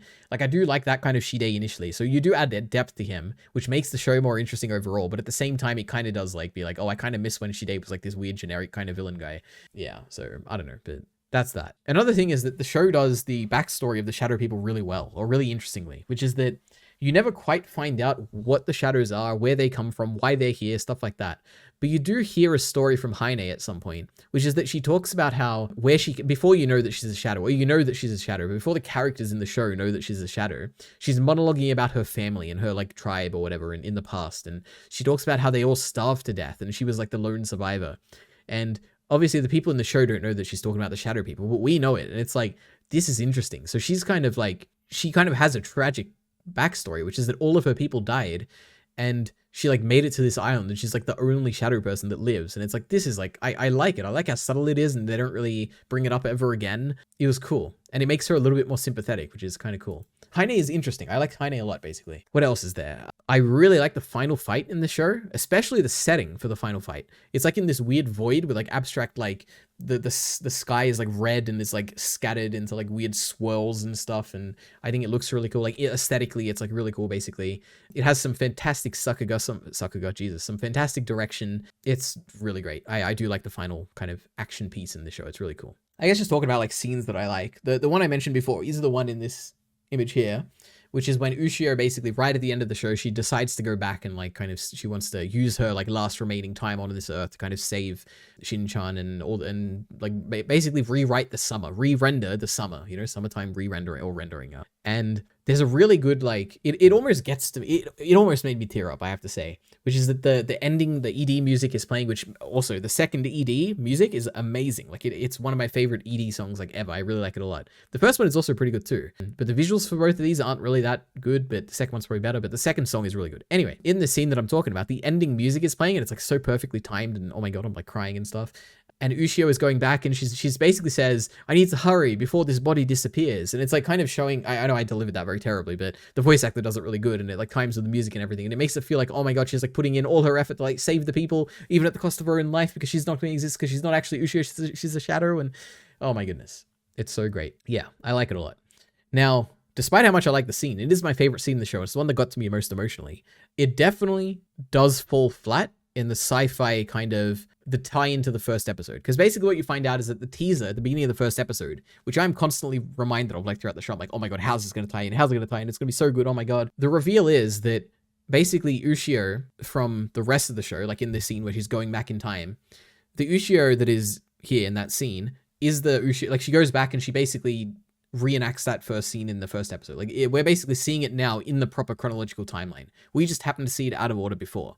And now Ushio is going back. She's like kind of, she basically, it's a bit of a disappointment in multiple regards. One is that, okay, so the scene at the beginning is pretty much what we thought, which is that Ushio from the future is kind of giving the eye to Shin-chan so that he can go on and like proceed in the story that just happened. So it's like a predetermined kind of, it's a deterministic timeline thing where no one actually had any agency.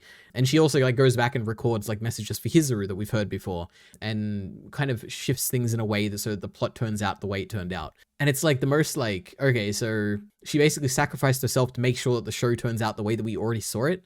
And it makes it just feel like, oh, no one really had any agency. All the decisions were kind of pre-made already because like determinism. And it was like a bit of an unsatisfying conclusion to the plot, I guess. I don't know. But that aside, the actual scene itself was really great. But however, another kind of, again, like I'm saying, this is a 4 out of 5, not a 5 out of 5. And one of the reasons is that the final episode, there was a lot in the final episode I didn't like. This entire show, you're going on a journey, right? Where you're seeing all these characters and you're seeing them a bunch of times in different settings. They're dying sometimes. They have their hopes and wishes that you see when they're like right before death, and then they get a second chance and blah, blah, blah, blah, blah. You see a bunch of characters. Some of them die even. There's a lot of characters that die in this. Well, I don't know about a lot, but there's like a few characters that die in this, like forever, like permanently. And the final episode is basically now that Ushio has gone back and she's rewritten things, everyone gets to live. There's no shadows. Ushio's alive. Like all these characters that died are back. Ryunosuke is never merged with Hizuru because Heine wasn't involved in anything and blah, blah, blah, blah, blah. Okay. And to me, because I was so invested in like the characters at this point, because I'd seen them so much up to this point, I was looking forward to seeing them happy, but also which is what we get. But also I was hoping that the main character Shin-chan would kind of feel like, I was hoping to see some moments where he's like, he truly understands, like he values the people now and he sees them and he's like, oh my God, I'm so happy you're alive.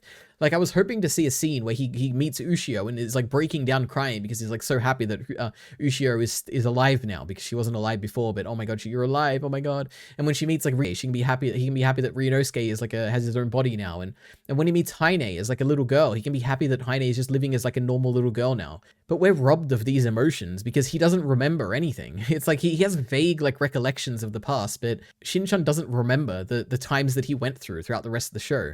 And it's like we get robbed of all these moments that I wanted to see, like these moments of these interactions that would have been so emotional to see. We just don't get them. And it's sad. And it's like, oh, I feel like this episode could have easily made me cry.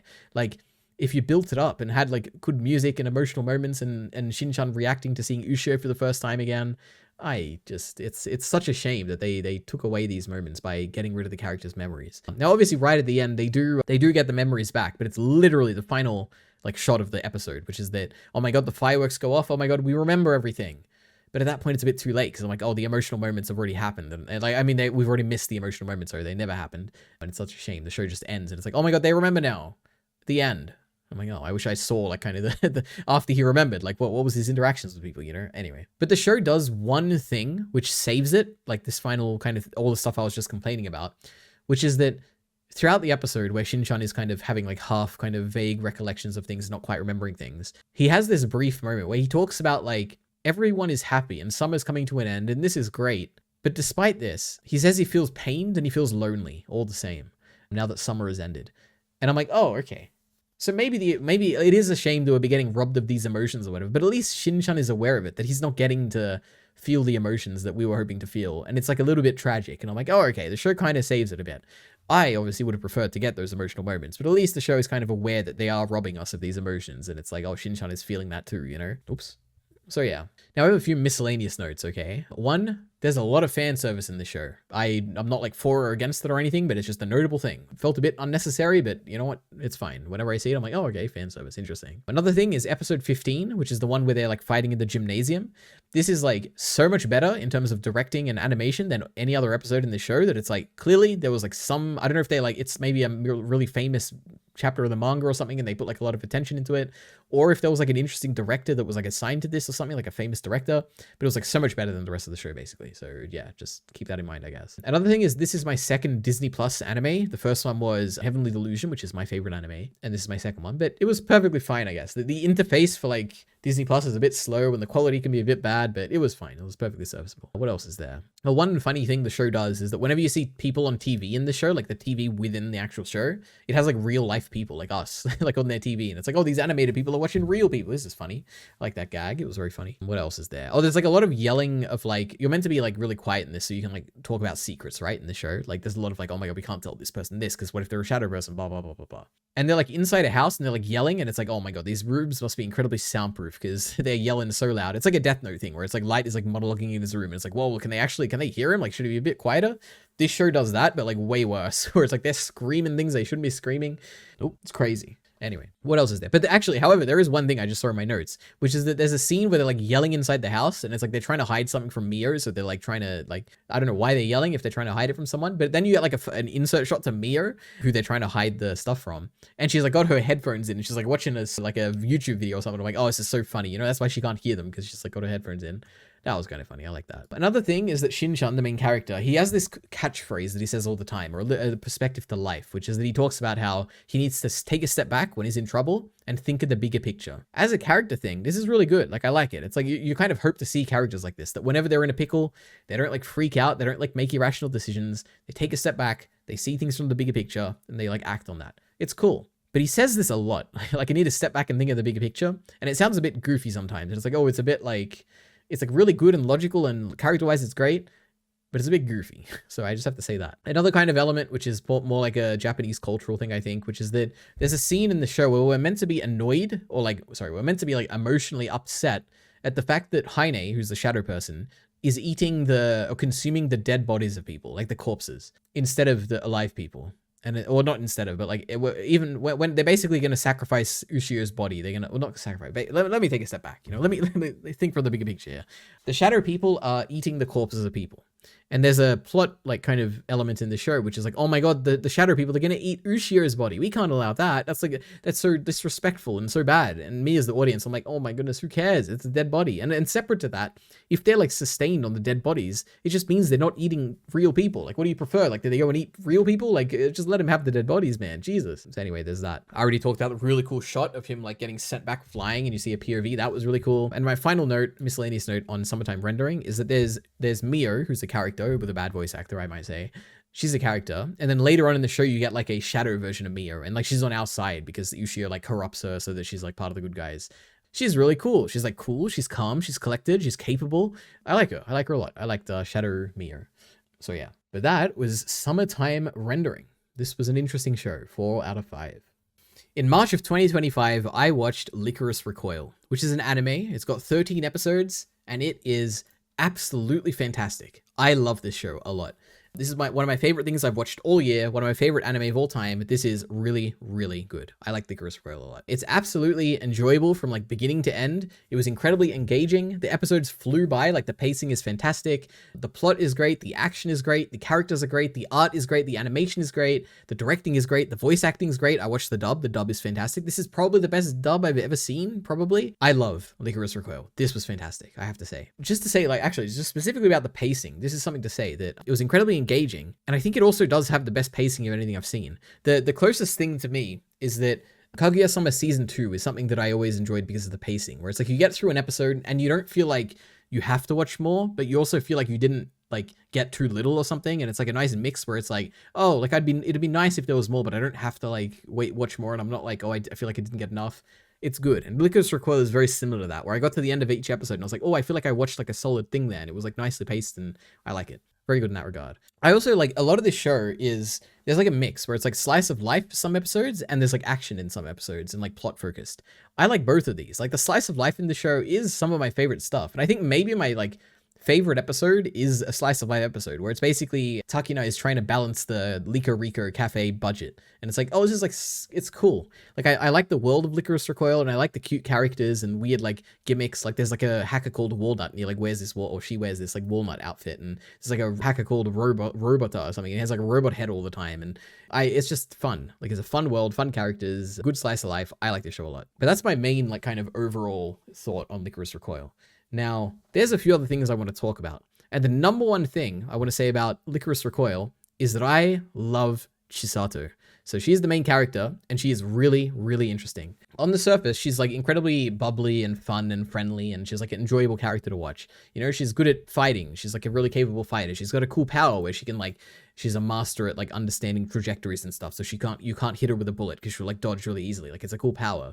She has a fantastic character design, which I like a lot. Like even a while back, like a few months ago, I did like a character design tier list, like of all my, or like a ranking list where it's like all my favorite character designs. And even before I'd seen Lycoris Recoil, I had seen Chisato's design. I thought it was like so cool. Like her little bow, her like blonde hair, like the way her little like dress and stuff. Like it's really cool. I like her design a lot. What else is there? There's like the element to her character, which is like she is the most capable killer on the planet, but she like chooses not to kill. And not only does she like choose not to kill like Thorfinn or something, but she like, well, I guess it is similar to, in a way, to Thorfinn, which is that whenever she like hurts someone, she goes out of her way to make sure that she like helps them out. Like if she breaks a bone, she'll like put that in a cast, or if she like accidentally shoots someone with a bullet, she'll like stop the bleeding and like help them out. And it's like, it's cute. I like it. Chisato is great. But there's like a few deeper elements to her that I think what make her like more compelling than like your average kind of entertaining anime character. One of them is something that I think is probably more unique to like me as a person, why I like her so much. Like I don't know if anyone else would kind of agree with this, which is that she has an interestingly static affect, which is that she has very little reactions to things. She's constantly, like the way that she speaks, this might also be a dub thing, which might be why I like the dub so much, I guess, potentially. I am curious if it would carry over the sub, which is that the way that she speaks is always kind of in the same kind of tone. She's always like kind of happy and kind of like nonchalant in the way that she says things. And she has like conversations with the villain in the show that are very like matter of fact, and she doesn't really break, not character, because she's not really playing a character, but she like, someone can say something very surprising to her or very threatening to her or something like that, and she'll like react with a smile, and she's not gonna like give them the satisfaction of reacting the way that they want her to. And this is something that I like a lot. I wish like more people did this in real life, and I wish like more characters did this, because it's always so cool when it's like someone's like, I'm gonna kill you, and then you're like, oh, okay. And it's like, oh, I love Chisato. She like reacts in this way. So I love her interestingly static affect is the way I've described it in my notes. So it's really good. And I have like a few examples here. So one is when there's like a scene where she's like on the phone to Takina or something. She hangs up, and then we find out that she's hanging out with Majima, who's like the main villain of the show, like in her house. And Majima like apparently has her at gunpoint, and she's like still talking to him like very casually and like very like she's basically unfazed by the fact that he has a gun on her. And it's not like she's unfazed as though like she feels like she's not in danger or anything, but the fact that even if she feels like she's in danger, she's like not giving it away because she's like acting how she always acts. It's really cool. So in this scene, she's like has a very static affect, right? Despite like the different situations she's in. There's also all throughout the final, like basically the final fight and confrontation and all that in this, like this whole show is again with Majima. And it's like a very important fight for like the sake of like Japan and like terrorism and blah, blah, blah. And she's on this radio tower and they could both die and everything. But throughout the whole fight, she's in conversations. She's very like calm and collected and speaking the way that she always does. Like the way that she speaks to Majima, who's like the villain, or like anyone in the show, is just like the way that she speaks to Takina. It's like she's always the same regardless of who she's talking to. And I really respect that. It's really cool. What else is there? There's, at the end of episode 12, which is the second last episode, you have basically Majima, the villain, shows up like randomly. I don't know. You think he's out of the picture, but he shows up again. And like all the characters have to run away except for so that it gets left with just Majima and Chisato in like the final confrontation. And you have this really great dialogue, which is that you basically have Majima show up and he looks at Chisato and is like, oh, hey. And then Chisato looks at him and goes, hi there. And I'm like, this is like another encapsulation of why Chisato is so great. Even in this crazy scene where Majima just shot at all her friends and the friends are trying to run away. And now she just like has to fight this like character, this villain guy, terrorist, crazy villain guy. she's just like, hi there. And I'm like, I love her so much. Oh my goodness. She's the greatest character of all time. I love her so much. What else is there? There's the final scene where Majima and her are like sitting down drinking, like, I don't know if they're drinking, but they're talking about drinks or something. And she's just like really casual in the conversation. I love that. Yeah, there's a lot of stuff. And I think it might honestly be the dub voice acting, which I like a lot. Chisato's voice actor is amazing. Yeah. I don't have much to say beyond that. So that's one element of what I like about Chisato, okay? But let's continue, because there's more to what I like about her. This one is more complicated, and I don't have quite notes on this that I want to, and I might make like a video on this later, so I want to like think more about this. But Chisato is an interesting embodiment of the themes of truth, agency, and choice. And there's like a million things that tie into this, so I do want to make a video about it. But like it's related to her heart, and the fact that she like didn't choose to have the heart, but she has it now. And there's like a scene where she has like, and also she works for DA, and DA is like related to the control of truth and agency and all that. And like DA's mission is to kind of protect the people from the things that they shouldn't know, and like they don't want people to know that there's terrorism, and they're like trying to hide the truth from people. Is that a good thing or a bad thing? And just like how Chisato, like she has a heart and she got it from like a villain, but is it a good thing or a bad thing that it's like from a villain? And Teach has a scene. Teach is like her, like, guys, I think his name Teach is like her teacher person, or the person, her guardian, basically her dad in a way. There's a scene where basically for anyone who's listening here and has no idea about Lycoris Recoil, the premise is that Teach and Mr. Yoshi, they worked together and they got Chisato a heart early on with the agreement or eventual belief that they're going to make sure that Chisato will eventually become the world's like best killer, and she will use her new heart and talent so that she can kill a bunch of people. So this was the agreement, and Teach was eventually going to make sure that like after the fun time she has, eventually she's going to use her talent to kill people. So Mr. Yoshi is the one who like donated the heart and like kind of gave this mission to Teach so that Chisato can eventually become a killer. Now, Chisato doesn't want to be a killer, right? Because Mr. Yoshi saved her, and her whole life she's viewed Mr. Yoshi as a savior, so she would never want to kill someone, right? So when she finds out the truth from Teach, that he basically lied to her entire life to keep her like from knowing the truth, and to keep her from knowing that the heart was given to her by someone evil, and her savior is not a savior, but actually a very bad person, her response was to be thankful, which is really interesting. And the reason she gives for being thankful is that she's kind of glad that she didn't know the truth, because if she did, she would have blamed all of the shortcomings or all of her issues that she would run into in life on Mr. Yoshi and Teach, instead of taking the accountability and agency of feeling like of those faults falling on her. And it's an interesting portrayal of the theme of truth and agency, where it's like she's glad that the truth was hidden from her, and she's glad because of the agency it gives her, like in the future. And it's really interesting. And it also ties in with like the idea of DA, who is like hiding the truth from people, but also taking away their agency. And it's like, where does Chisato fall in terms of like her opinions on DA in this regard? And it's like, it's interesting. I don't have any conclusions for this, because I do probably want to make a video on this. Or maybe it's like something people have already discussed to death, and I wouldn't be bothered making a video because there's like a bunch of discussion already. But it's probably the most interesting thing about her character. And obviously it also ties into Majima, who is all about like giving people the agency through truth. And it's like, Chisato, her belief or like her ideology is that she's kind of glad that she got agency through a lack of truth, and Majima is kind of fighting for the opposite, which is that he wants the agency through the truth. And it's like there's an interesting dynamic between these characters, and there's an interesting dynamic between DA and like Majima and DA and Chisato, and it's like this is, there's depth to the show in an interesting way. Yeah, and a depth to Chisato's character that is like unconventional and interesting. Yeah, the more I think about Chisato, the more I like her a lot, and she might unironically be like one of my favorite characters of all time. Yeah. Anyway, let's continue. Oh, we also have a great quote here from Chisato. She has a confrontation with Mr. Yoshi toward the end of the show, and Mr. Yoshi is like trying to kill himself, or not kill himself, but get her to kill him. And she in response says, "Don't waste your life. I hate people like that." And it like adds an interesting element to her character, where she's like, in regard to the truth thing, where it's like, not the truth thing, the agency thing, where it's like, he should have the agency to like kind of throw his life away. But at the same time, Chisato kind of values life as a thing because of her, like, because of the lack of truth that was given to her early on by Teach, like hiding the truth from her that she is built to be a killer. It's like, she now values life. And it's like, it's so interesting. Okay. Don't waste your life. I hate people like that. And she says, "I really am grateful to you, so please don't waste your life, okay?" I don't know, this is cool stuff. What else is there? The final confrontation with Yoshi, Chisato, and Takina. Yeah. So this is another interesting thing that ties into all of this like agency stuff, and Chisato being the embodiment of the idea of agency, is that basically the situation, the final confrontation in this fight, or the final like moral dilemma, is that Chisato's heart, her metal heart, is breaking, right? It has this limited time left. It has like 3 months or something.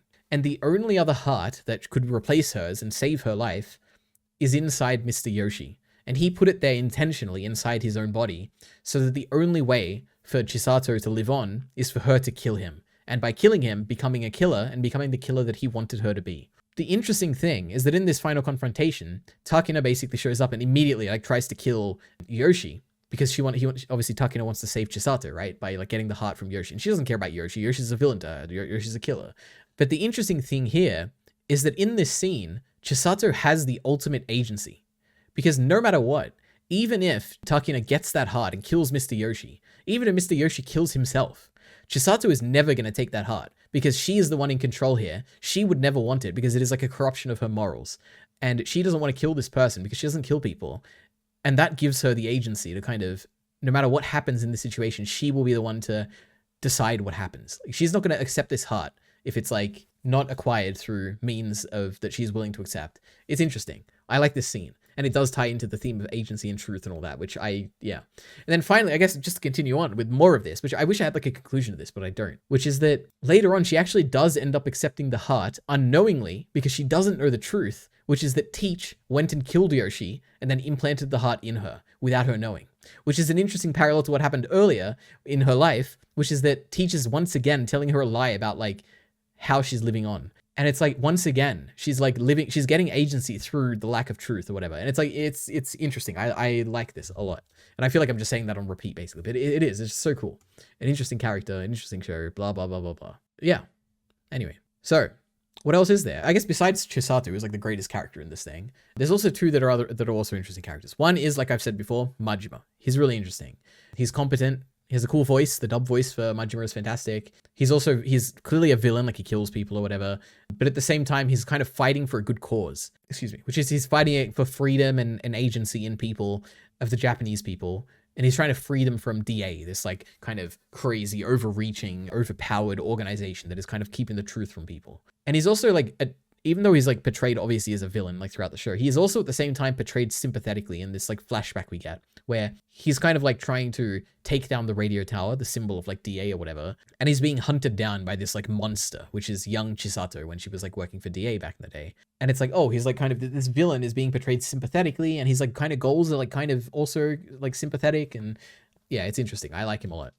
And then I also have like one line from him which I liked a lot, which is he says, after he like has his big plan and he kind of reveals to people that Lycoris are a thing, he says, I'm sure they'll cover this up too, like it never happened. But remember what you saw today with your own eyes. This is the beginning. With the truth, we can defeat them. So again, the idea of truth or whatever in Lycoris Recoil is interesting. But yeah, Majima's an interesting character.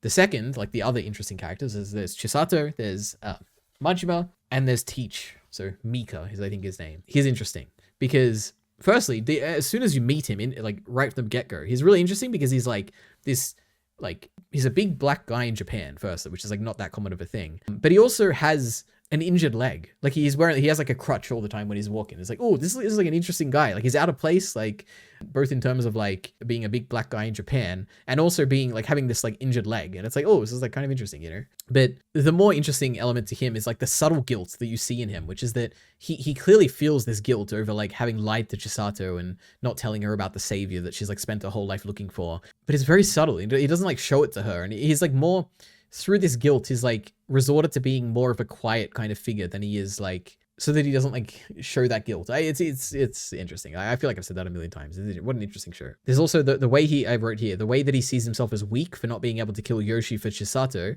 and the fact that eventually he does go on to kill Yoshi for Chisato is really interesting, and doesn't tell her. Again, it's like he regretted the first time not telling her, but when he did tell her the truth about like lying to her the whole life, she kind of accepted it. And now he like does it again. He's like lying to her again about the heart thing. And it's like, what an interesting guy, you know? And the final like interesting decision he makes is that when he takes the heart, when he kills like Mr. Yoshi and takes the heart, Mr. Yoshi had this kind of like card that he was going to give in the box when he like when the heart was taken away from him or whatever, when he gave it to Chisato. And inside the letter, it's like a heart, it's his true feelings of like, he's genuinely happy that Chisato is going to live a life and is going to like, from the bottom of his heart, he's like happy that Chisato is going to fulfill her mission of like being able to make a difference in the world through her unique ability, which is killing people, right? And Teach sees this message in the box and throws it away so that Chisato is never going to know that Mr. Yoshi truly did care about her from the bottom of his heart. And it's like, what a guy, Mr. Yoshi, Teach. What a guy Teach is. Complex, you know, we love him. So yeah, those are my 3 favorite characters. Chisato, right at the top. And then you can have a Majima down here or something, and then like Teach a little bit lower. We love them a lot. They're great. I guess Mr. Yoshi is also like somewhat interesting. I don't have too many like any notes on him at all, but he is interesting, you know. He has a very strong conviction on his belief that people have like a purpose in life, which is like a cool thing. Anyway, now production-wise, like I said, the dub is absolutely fantastic. It probably is the best dub I've ever seen. I really do like the My Hero Academia dub. I think this is probably better. Like there were no issues with this, and some of the character performances are absolutely fantastic, especially Chisato. Chisato is perfect. Majima is fantastic, really cool. So yeah, dub is great. Now, the show itself is beautiful. Now, there are other anime I've seen that have like far more animation, far more interesting directing even sometimes. But this show, I don't know what it is. It might be the art style. I do think it's like the art style combined with the directing, combined with the character designs, combined with the coloring, like the colors and the lighting, and I guess directing. I don't know if I mentioned directing. All of these come together to make a show that although it has a lot of Sakuga, there are other shows that have way more Sakuga. Even like Summertime Rendering, which is like the last thing I just talked about in this channel. That has like far more Sakuga, but it doesn't have the combination of like all these aesthetically interesting things that Lycoris Recoil has that make it so good. Like so much better than like a Summertime Rendering. This show looks really good, like from a production point of view. I like it a lot. And it's not even like flashy or anything. It's just like, it just looks good. And I don't know how to say beyond just saying it's like a combination of like a bunch of things to make it look really good. So yeah. And then the last like production element note here is that the mid-episode eye catches are really cool. They're like kind of sketches of the characters in like kind of cute poses or something. And I'm like, this is like kind of cute. I like it. But yeah, what else is there? The show also is like my final like overall note for all the miscellaneous notes. The show has a nice like conclusion. Like it's very like satisfying. Like all you get like a bunch of like, you know, small payoffs to things. Like one of them is that there's like this whole storyline going on that Walnut, who's like the best hacker in the world, she's like gone into hiding, but the world thinks that she's dead. And the whole time you're like, oh my God, I pray, I hope that eventually people find out that Walnut is back and Walnut lived on and it was like a hoax or something, you know? And eventually you do get that payoff and Roberta finds out that Walnut's alive and the whole like DA finds out. Like this is so satisfying. What a great conclusion. I love it a lot. Oh, there's also a great, like there's also this very like small storyline, which is that the first episode, the reason that Takina kind of gets kicked out of DA is that she like becomes a bit reckless so that she can save one of her fellow Lycoris. And then throughout the show, this Lycoris is like constantly trying to build up the courage to kind of tell Takina thank you, right?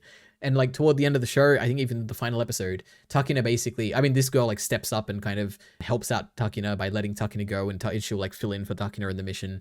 And then in the final episode, Takina comes back and says thank you. And it's like, oh, look at this. It's like a cute little wrap up for a story that didn't really need a wrap up, but it's like, it's nice. The Lycoris Recoil has a very satisfying conclusion that I don't need to ever see any more of the show. I mean, I'd be happy to, but like it all wraps up nicely. It's fantastic. It's good. But anyway, now I have a bunch of miscellaneous notes. So let's get through this pretty quickly. Number one, this is like an interesting thing that happened in the show. I was vehemently against DA for the majority of this show because it's like, they're like obviously like an overreaching government organization that's like trying to keep people from like being free and true, and like they're trying to keep information from people, and it's not good. And they're like secretly arresting people before they've like committed crimes, and it's not good. So I hated them until right at the end of the show, when the Lily Boys come in. And the Lily Boys are basically the male version of Lycoris. It's like a male organization version of DA. And the boss for like the Lily Boys comes in and like takes control of DA and is like in control of all these like women. And the Lily Boys are going in to like assassinate the Lycoris. And I'm like, oh my God, I am on DA's side here. I'm fighting for them against this oppressive like male regime that has come in and taken over all the women in this space. And I drastically shifted from being anti-DA to being the most vehement supporter of DA just because the men came in and thought they were boss. So that was great. What else is there? In the OP, there's like this really cool, there's like a scene at the end. It's like a reference to some movie that I haven't seen, but basically Chisato kicks Takina in the butt, and then Takina responds, kicking Chisato much harder in the butt. And it's like, this is cute. Cool animation. But it is like a reference to something else. So maybe the original thing deserves the credit, not this, but it's great. Walnut's reputation is very good. Walnut's very cool, like very fun. Walnut is like the best hacker in the world. It's like not even close. Like Robotar is like nowhere near as good as Walnut. I like that. There's a really cool small detail. Like there is a lot of like random small details in this show, but one of my favorites is the fact that Fuki, which is like one of the other Lycoris that are like friends with Chisato and Takina and all that, she has like a small crush on Teach. So it's like whenever she sees Teach, she's kind of blushing and kind of like nervous and stuff. And then later on, you find out that Teach is like someone who taught like Fuki back in the day. So I was like, oh, that's like so cute, so cute. She probably had like a crush back when she was teaching him, and oh, that was cute. I mean, when he was teaching her and all that. Anyway, what else is there? Young Chisato. Oh, there's like this cute scene where you get like a flashback to Chisato after her like heart surgery, and she's like in a wheelchair, and she's like zooming around excited in this wheelchair. I'm like, this is like the cutest thing ever. Oh my goodness, Chisato's so cute as like a little kid, like getting excited in this wheelchair. So that was great. Portraying Chisato as a villain from like Majima's point of view in the flashback, it's really cool because they're definitely the villains, but also at the same time, you're kind of portraying this, like, you're portraying DA as this, like, overreaching organization, which is what I thought the whole time. And it's, like, kind of cool to see, like, the villains kind of, like, as the protagonist of this, like, one sequence, because Chisato is portrayed as a monster, like, the monster of DA that's coming to, like, take you down, you know? So that was kind of cool. What else is there? Episode 9. Oh, there's, like, a particular clip, which is episode 9, I think, is, like, after they find out that Chisato is going to die eventually, like, in a few months. And Takina basically tries to, you know, like, have a good day. Like, she plans out a day that she's going to go and hang out with Chisato, and she's going to take her places, and it's going to be great. And at the end, she was, like, hoping that it would snow when they go to this, like, certain bench. And it doesn't snow. So Takina, like, walks home. And then, like, it starts to snow when they've, like, separated. When Chisato was, like, on the top of the cliff and Takina's already walked down the stairs. And she's like, oh my god, it's snowing. She, like, turns around excitedly to, like, go run back up to Chisato and tell her. But then she sees that Chisato is also standing up, looking down at the stairs. And she's realized, too. And it's like, she doesn't have to go up because Chisato understands. And Chisato was also excited for the snow because Takina was excited for the snow. And it's like, oh, they have, like, this moment where they look at each other on the stairs. It's really cute. I like it a lot. What else is there? Oh, I like Mizuki. I think that's her name. That's the one I wrote down, but it also doesn't ring a bell. But she's basically the other woman in Lycoris. She's like Tija's kind of second in command, the woman who's in charge of Lycoris. She's funny. I like her relationship with Kurumi, who's Walnut. They're like very funny together. Like Kurumi is always putting her down, you know, getting a first class ticket for herself, but then not for Mizuki. There's one fantastic gag in this that had me actually dying laughing. It was so funny, which is that you have like they're on a first class flight, right? Mizuki, that is. And she's sitting there and the flight attendant comes up to her and she's like, oh my god, miss, oh my god, we found your long lost daughter at birth. Can you believe it? We finally found her. Look, she's outside the window. And she like looks outside and like Kurumi is outside because she wants to get her attention to like get her off the plane. And she's like, oh my god, mommy. And she's like crying and like excited. I'm like, this is the funniest thing I've seen in my life. Oh my goodness. It was so funny. Anyway, another interesting thing is that DA is basically controlled by this AI, or like all of their defenses are kind of managed by this AI, which is a cool like sci-fi concept. And it is also funny because this like toward the end of the show, the final confrontation with the terrorist like Majima, kind of the main reason he's able to like kind of do what he does and succeed is that the AI is like disabled because Robota like disables it by putting this USB thing in it. But the second the AI is like turned back on, it instantly comes up with a cover story and it like spins it in like a convincing way where it's like, oh, I guess like maybe the whole reveal of the Lycoris was actually like a staged thing. And it's like, oh, we're going to be talking about this event in a long time. And like the news anchor is like saying that. And it's like clearly the AI has like instantly come up with like a way to cover this up. And it's like really interesting. But at the same time, it also like the presence of an AI and the fact that it was like turned off temporarily. And that's what led to like this whole information getting out is also like a subtle commentary. Well, not subtle, but it's like a commentary on the reliance on technology for defense, right? Like if we're nothing without the AI, like and we're only relying on this AI, then maybe we should, you know, kind of build out our other skills. We're not just relying on it. Anyway, interesting. My final miscellaneous note is that Takina has this really cool entrance, like toward the final fight of the show, like one of the final fights. I don't know which one it is specifically, which is that Chisato is basically fighting Majima in the darkness, you know, because Majima has this cool ability where he can like see or like he can hear things in the darkness better. And during this fight, you see this like phone on the ground and he gets a phone call and it rings like 3 times. You're like, what's going on here? Why is this phone ringing? And then Chisato like understands something when she sees the phone. I'm like, what did she understand? Like, I don't understand. And then a few seconds later, Takina like bursts in, like cracking through the wall and she's like entered the fight. And it's like the coolest thing ever. And you realize that those 3, I mean, maybe I should have realized this earlier, but the 3 calls that were like on the phone, like it goes ring, ring, ring, ring, ring, ring. And you're like, oh my God, this is a callback to like a few episodes ago when Takina said that if the phone rings 3 times and you don't answer, then I'm going to come and save you. And it's like a subtle message from Takina that I'm about to enter the fight, like before it happens. And it's so cool. Yeah, and then the fight after that is so cool because you have like Chisato can see again because the light from Takina coming in, and you get like this cool sequence where she's like dodging bullets at point blank range. It's so fantastic. I guess another thing to say about the show is that I've complained about like other things like Black Lagoon before for all the action in Black Lagoon is like gun on gun fighting. But my goodness, it's the same thing in Lycoris Recoil, but it's so good. The gunfights in this are really good. The action in Lycoris Recoil is fantastic. Yeah, Lycoris Recoil, that's all I have to say about it. It is fantastic. I love Lycoris Recoil. Go watch it. I don't know why you watched this and got spoiled and everything. I guess I didn't spoil everything. I didn't spoil like a bunch of plot stuff, but go watch it. It's really good. All right. Next up, we have a short film. So this is Eclipse. I don't have too much to say on this. It's a very short film, 2024. I give it a B tier. So the premise for this is that you basically have a girl who lives in a family of sun people, and she goes off and she then lives her life as like a moon person because she's like had enough of her family. She wants to grow up and she goes and lives as like a moon person. She ends up like loving it. It's like, oh, it's really good. You know, it's very fulfilling and all that, but she ends up missing her family. But at the same time, she's very thankful that she gets to like be lonely and stuff by herself because it makes the times where she gets to revisit her family during the eclipse when the sun and the moon are like together, makes those times better. So that's like the premise of this. I honestly don't have too much to say. I think it's pretty good. It doesn't connect with me too much like emotionally. Like I don't have this feeling of like family being distant and close and blah, blah, blah. I don't really connect with that much at all. But it's short, it's sweet. It has like a cool art style that I like a lot. We'll go back a slide so you can see it. Like this is like one of the characters. It's very stylized, I suppose. The music is good. The like lighting and the colors and all that are really great. Also, another thing this has is it has like narration, like voice acting, which other shorts have had that I've watched like for this like digest, but they're always pretty cringe. And this one was actually pretty good. So I do have to say, you know, decent voice acting, but it's a B tier. I don't have too much to say beyond that. Eclipse 2024. Now, finally, we have Jarkey Bacon's media wrap-up of 2024. So this is a YouTube video and it's 6 hours and 18 minutes long. So for reference, Jarkey Bacon is a YouTuber that I've collaborated with in the past, right? He's great. We love him. Go watch his videos. Makes a bunch of Vinland Saga videos. And now I guess Arcane videos too, and a bunch of other stuff. And every year he gets with his friends, and for every month in that year, they kind of talk about their one thing that all three of them watched, basically. So you have 12 different things that they watched. In this one, they have a bunch of stuff. Now, in terms of the ones that I've seen for reference, I've seen Avatar: The Last Airbender, the live action remake thing. I've seen Dune 2. I've seen Challenges. I've seen The Boys Season 4, and I've seen Anora. So there's a lot of stuff in this one, particularly more so than the previous years. Jesus, that I've actually seen before. So that was good. And there's also stuff that I'm familiar with. So Elden Ring, I'm familiar with, even though I haven't played the DLC. The Substance, like I know quite a lot about it, even though I haven't seen it. And Sonic 3 is obviously Sonic, and I know a lot about Sonic, right? So there was a lot of this media digest compared to previous years, or media wrap up, that I was actually familiar with. So in that regard, it absolutely flew by. Like 6 hours felt like maybe an hour, like maybe not even that. Like I would just listen to this in the background when I'm doing other things, and I got through it very quickly. But yeah, generally my overall thoughts for this is that it was engaging, it was good, it was funny. Like I think of all the, like I guess I don't remember the last or the previous year's ones that well, even though I have talked about them previously, I think.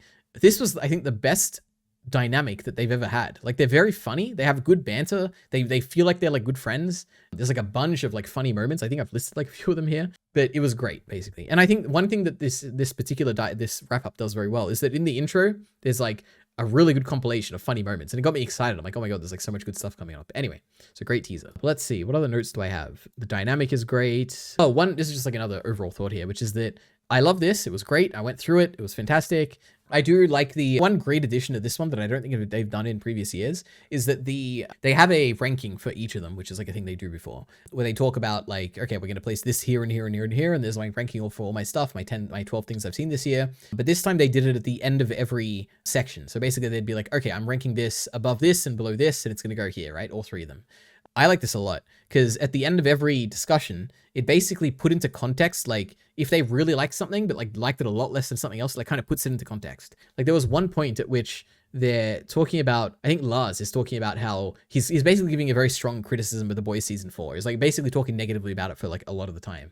But then he like at some point, because at the end when they're like trying to compare it to other things, he talks about how, oh, it's like still like infinitely more easy to watch than Avatar or something. And I'm like, oh, okay. So this really puts it into perspective where it's like, okay, he doesn't like Boys Season 4, but he like, it's not as bad as Avatar. Like, come on. And it like, I do like this element to this where they like kind of have the comparisons at the end of every section. So that was pretty good. So yeah. Now, one like kind of point of criticism, which is that I got to the end like of this and it kind of just wraps up pretty quickly after whatever, the Sonic 3 or whatever. I wish there was like a whole dedicated section at the end, which was just like talking about, so what did you guys think about the year as a whole? Like have more of a conclusion to the video, like talk about the overall thoughts, talk about like, what about next year? Like what are our thoughts for stuff coming up? Like maybe talk about like the upcoming media and what you'd be interested in like watching next year or stuff like that, you know? It felt like the video ended suddenly and I was like, oh, I could have done more of this, you know? I guess another thing, I just have like a mess of notes here, oh my goodness, but these guys have a great dynamic. Like I would easily watch a podcast with these three if they had like just like a monthly podcast or even like a weekly podcast. I know it's like a lot of work. You can't do a weekly podcast, but like a monthly thing like this, I would enjoy it like thoroughly. I think it's pretty great. They have a great dynamic. I could listen to them talk about topics and stuff. It would be fun. So just putting that out there, you know. But yeah, anyway, those are my like overall thoughts. Okay, good, entertaining. We should add a better conclusion. I like the addition of the stuff at the end of every section, whatever. Now I have a list of favorite moments. Okay, there's not that many. Okay, because I didn't write notes when I was like watching this. I just like listened through it like progressively as I finished. But one of them is there's three people here. Okay, there's Lars. Okay, I forget these people right. Okay, on the left there's Lars. In the middle there's Carsten, and then on the right there's I guess Jack or Jarkey Bacon. You know, I'll call him Bacon. That's what I call him. So Carsten here, okay, wait. Let me set up the joke here. It was a fantastic joke, basically. And I don't know if it's like a reference to something that I don't understand, but regardless, I was just dying laughing. Which is that, I think it's in the challenger section. It is in the challenger section, where Carsten is telling everyone that basically, oh my God, guys, the challengers composers, they were in the comment section. And then Lars is like, in response, he's like, you're kidding. And then Carsten says, I wish I was, but it wouldn't have been my funniest joke. And he like has a deadpan delivery and he's like staring at them and Bacon's like laughing and I'm like, this is the funniest thing I've seen in my life. Now, I don't know, it feels like it must be a reference to something, but even if, like, it's just so funny. I was just dying. Oh my God. Anyway, that was great. Then there's this sequence where I don't remember what this was in. Maybe it was also challenges. I don't know. But Lars is being lit up by the sun and holy, it's intense and insane. And he's just unfazed by it. And the fact that he's just unfazed by this like blinding solar eclipse or like solar flare that is like in his face, it's like insane. But I found it so funny. I was dying laughing at that too. So that was great. There's also Lars freaking out about Bacon loving the later fight in Elden Ring. That was really funny. And there was like a cool edit to that, like the meme edit. I like that. We have Bacon. Oh, this was also so funny because it's like very relatable as well, because I do this sometimes too, which is that Bacon was talking about the wild robot, which I haven't seen for reference, but so I don't really know what he's saying here. But he talks about how it almost made him cry because the guy was learning to fly. And the way he like delivers it is so funny. He's like, it was inspirational. It just got to me. I was like, he's learning to fly. And I'm like, that's true. You know, sometimes the movie, which is really dumb and you don't like, and sometimes it just gets you with the most random of shit. And that was really funny. What else was it? There was also Bacon reciting the Sonic 3 dance, which was really good. I like that too. But those are my favorite moments, okay? I'm sure there's like a bunch more that I'm forgetting, but like I didn't write notes when I was watching through it. Yeah. But now miscellaneous notes. I already said the comparison thing I liked a lot. In regard to the meme edits, like there's a lot of meme edits in this. Some of them, I'd say some of them are good. I wouldn't even say most of them are good. I'd say some of them are good, but most of them I don't even see. Because I'm like, the majority of the time, I'm just like watching when I'm doing something else. Like either it'll be on my phone or it'll be like, I'll be playing a game or something. It's like on the side or something. So there's a lot of stuff that I just missed or I didn't pay attention to or anything like that. So I don't know if it's like worth it for Bacon to be putting so much effort into it. Like some of them are good. Like the Lars floating in space thing for that one reaction to the Elden Ring fight. Like that stuff is good. And there's like moments like that. Like in the previous year one, like I was even inserted into it at some point. It's like a meme edit for me reacting to a video on stream. Like I like it. It's good. But it's a shame because I miss a lot of them, you know? And I'm not going to change my behavior and like, cause it's a 6-hour video. I'm not going to pay attention the whole time, like, you know, visually. So I don't know. It's up to Bacon if he wants to like do it despite the fact that a lot of people probably just won't see them all. But it is what it is. Another miscellaneous note is that the audio I think was captured really well. So it looks like to me, I don't know much about audio, okay? But it looks like they have like 3 wireless lav mics, I'm assuming. So I don't know exactly how Bacon synced them up or whatever, but it's good. Like I think the audio is probably the most important thing. Like even the visuals for this don't matter that much. I think the visuals are fine. And also it like creates gags like this, but the light is shining in Lars' face. That's great. But the audio is important. And I think the audio was very well captured. I think if I remember correctly, the 2021 wrap-up thing, the issue with that was probably the audio, I think. Because it was like there was people like speaking over each other. Or they had like 2 mics or something and the 2 mics were synced up weird. Like there's no issues like that in this one. Like the audio is great in this. So that was good. Oh, another miscellaneous thing is that Bacon, they talked about the substance at some point. Bacon didn't even watch the whole thing. He like walked out of the theater, which is pretty funny. I like it and pretty crazy, I guess, as well. That was like an interesting dynamic it added. Like I don't have any thoughts, I guess, on their like stances on things beyond just saying like I guess I just generally agreed with most things they said. Oh wait, I do have like a little section here for like my opinions on things. Okay, so number 1, in regard to the Avatar: The Last Airbender thing, I think they were all a bit too harsh, okay? I know the common opinion is that a lot of people don't like that show, and I think I also just generally, like, I thought it was like a 3 out of 5. I didn't think it was anything special. It had a lot of issues, I guess, toward the end as well. But there is a lot to like in that show, okay? Like, and I think they were hating on it a bit more than I would have, but that's okay. So that's my opinion on that. Carsten made a great point, which I hadn't really thought about before, but it makes like a lot of sense in retrospect. I guess it embodies, it gives voice to something that I felt for quite a while, which is that when he's talking about the boys, season 4, he talks about how the boys basically at this point feel invincible for no good reason, which is very true. It does feel like that. Yeah, I don't know. I was like, yeah, that's a good point. And it kind of got to me. I'm like, yeah, true, very true. That's what I'm feeling. That's what I felt that before. And what is this? Yeah, I guess just my last note here on my opinions is that overall, for the stuff that I've seen, I do generally agree with them. And I do generally agree with the placings of their rankings, like the relative rankings. Especially for Lars and Carsten, who preferred Anora at the challenges, like I did. I loved Anora a lot. So yeah, I think Bacon liked challenges a bit more, but fair enough. But basically in the actual rankings or whatever, I generally agreed with the stuff that I'd seen. So, good opinions this year. Yeah, no wild takes on Vinland Saga or Chainsaw Man or anything like that. It was good. I generally agreed for all this stuff. But anyway, I don't have much to say beyond this. That was Jarkey Bacon's media wrap-up of 2024. So go watch that if you're interested. And that's that. So in terms of the leaderboard for 2025 so far, we have Beast Games out of the 2 out of 5s. We have Citrus in the 3 out of 5s. Conclave in the 4 out of 5. Summertime Rendering slightly above it. And then My First Summer right above that.